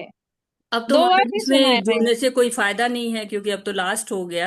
हाँ, लेकिन लास्ट हो गया, हाँ, सही है। अगली मुझे बार से अभी आपको अभी पता चला वो बात का, इसलिए। ठीक है, अगली बार से आपको जोड़ देंगे माता जी। हाँ, मीनल माता जी को बताती हूँ मैं। हाँ, तो बहुत आपको जोड़ बहुत धन्यवाद माता देंगे। जी, आपकी क्लास धन्यवाद। बहुत ही रोमांचक थी, बहुत ही सुंदर। हरे बहुत कुछ हरे सीखने को कृष्ण मिलता है माता जी। माता जी, बहुत धन्यवाद आपका, बहुत बहुत। धन्यवाद माता जी। हाँ कृष्णा माता जी, हरे कृष्णा। हरे कृष्ण माता जी। हम हमेशा आपके क्लास में आ जाते हैं सुनने के लिए, जब भी आपका होता है ना, इतना अच्छे से आप समझाती है माता जी, बहुत अच्छा लगता है। धन्यवाद, बहुत धन्यवाद माता आपको भी जी। बहुत हरे बहुत धन्यवाद कृष्ण। माता जी। हरे कृष्णा, सभी को बहुत बहुत धन्यवाद जी। हरे कृष्ण माता माता जी जी। ऐसा लगा जैसे यज्ञ में बैठे थे आपके साथ और पूरा हम लोग ने आहुति दी। यज्ञ ही है माता जी। ये तो वाकई में यज्ञ ही है। अब आपका इतना मतलब आज अच्छा ही महसूस हुआ, बहुत ज्यादा। आपके बाद पूरा सुना, बस 2 3 4 दिन वहां चली गई थी तो रिकॉर्डिंग थी मेरे पास। जी जी जी। बहुत नहीं बहुत आप धन्यवाद। जो है बहुत अच्छा लगता है सबको सुनते हुए, और सब लोग आते हैं तो अच्छा लगता है कि हाँ हम लोग, और इतने लोग जुड़े रहे जून इतने दिन से, तो आप सब लोग का बहुत बहुत धन्यवाद है कि आप लोग इतने दिन तक साथ रहे। और अब आगे आप लोग लेवल 3 में जाएंगे, काफी लोग इसमें से, तो बहुत अच्छी बात है। और आप माता जी जून में भी लेंगी आप क्लास? अभी तो लेवल जून का 1? माता जी नहीं मुझे पता है, अच्छा क्योंकि वो जब आएगा तो 1 2 दिन पहले आता है एकदम से, फिर अच्छा, अभी मालूम नहीं है मुझे। ये ठीक है, बहुत अच्छा रहा। चल फिलहाल आपका स्वागत है कल से आप हरे क्लास कृष्ण में। माता जी। हरे कृष्णा माता माता जी हरे। बहुत हम्म, आपका क्लास बहुत ही अच्छा, और ऐसा लगता है जैसे आप जो कुछ भी बोलती हैं माता जी, उसको अनुभव के रूप में लगता है। ऐसे लगता है सही में भगवान खड़े हैं, सही में उनके स्वरूप का दर्शन हो रहा है, सही में ऐसी घटनाएं चल रही हैं। बहुत अच्छा लगता है माता जी। बहुत बहुत मुझ में धन्यवाद। बहुत कमी है माता जी, निरंतरता नहीं बन पाती। और जो कुछ भी कही अपने मनुष्य में, आपकी क्लास करने से, आपका सब कुछ सुनने से मुझे ये फील होता है माता जी कि मनुष्य में खुद कमी है, भगवान हाथ फैलाए बैठे हैं और हम लोग अपने आप को स्वच्छ नहीं करके दौड़ नहीं पा रहे हैं। तो आपके सानिध्य से, आपकी कृपा से बहुत कुछ सुनने और अनुभव, जब तक हम अनुभव नहीं करेंगे तब तक प्रेम कैसे बढ़ेगा। आपने प्रेम को बढ़ाया, आपको बहुत बहुत धन्यवाद माता जी। माता जी आपके अंदर भक्ति है, इसीलिए आप इतना जुड़ पा रहे हैं, भगवान के प्रति प्रेम है तभी जुड़ पा रहे हैं।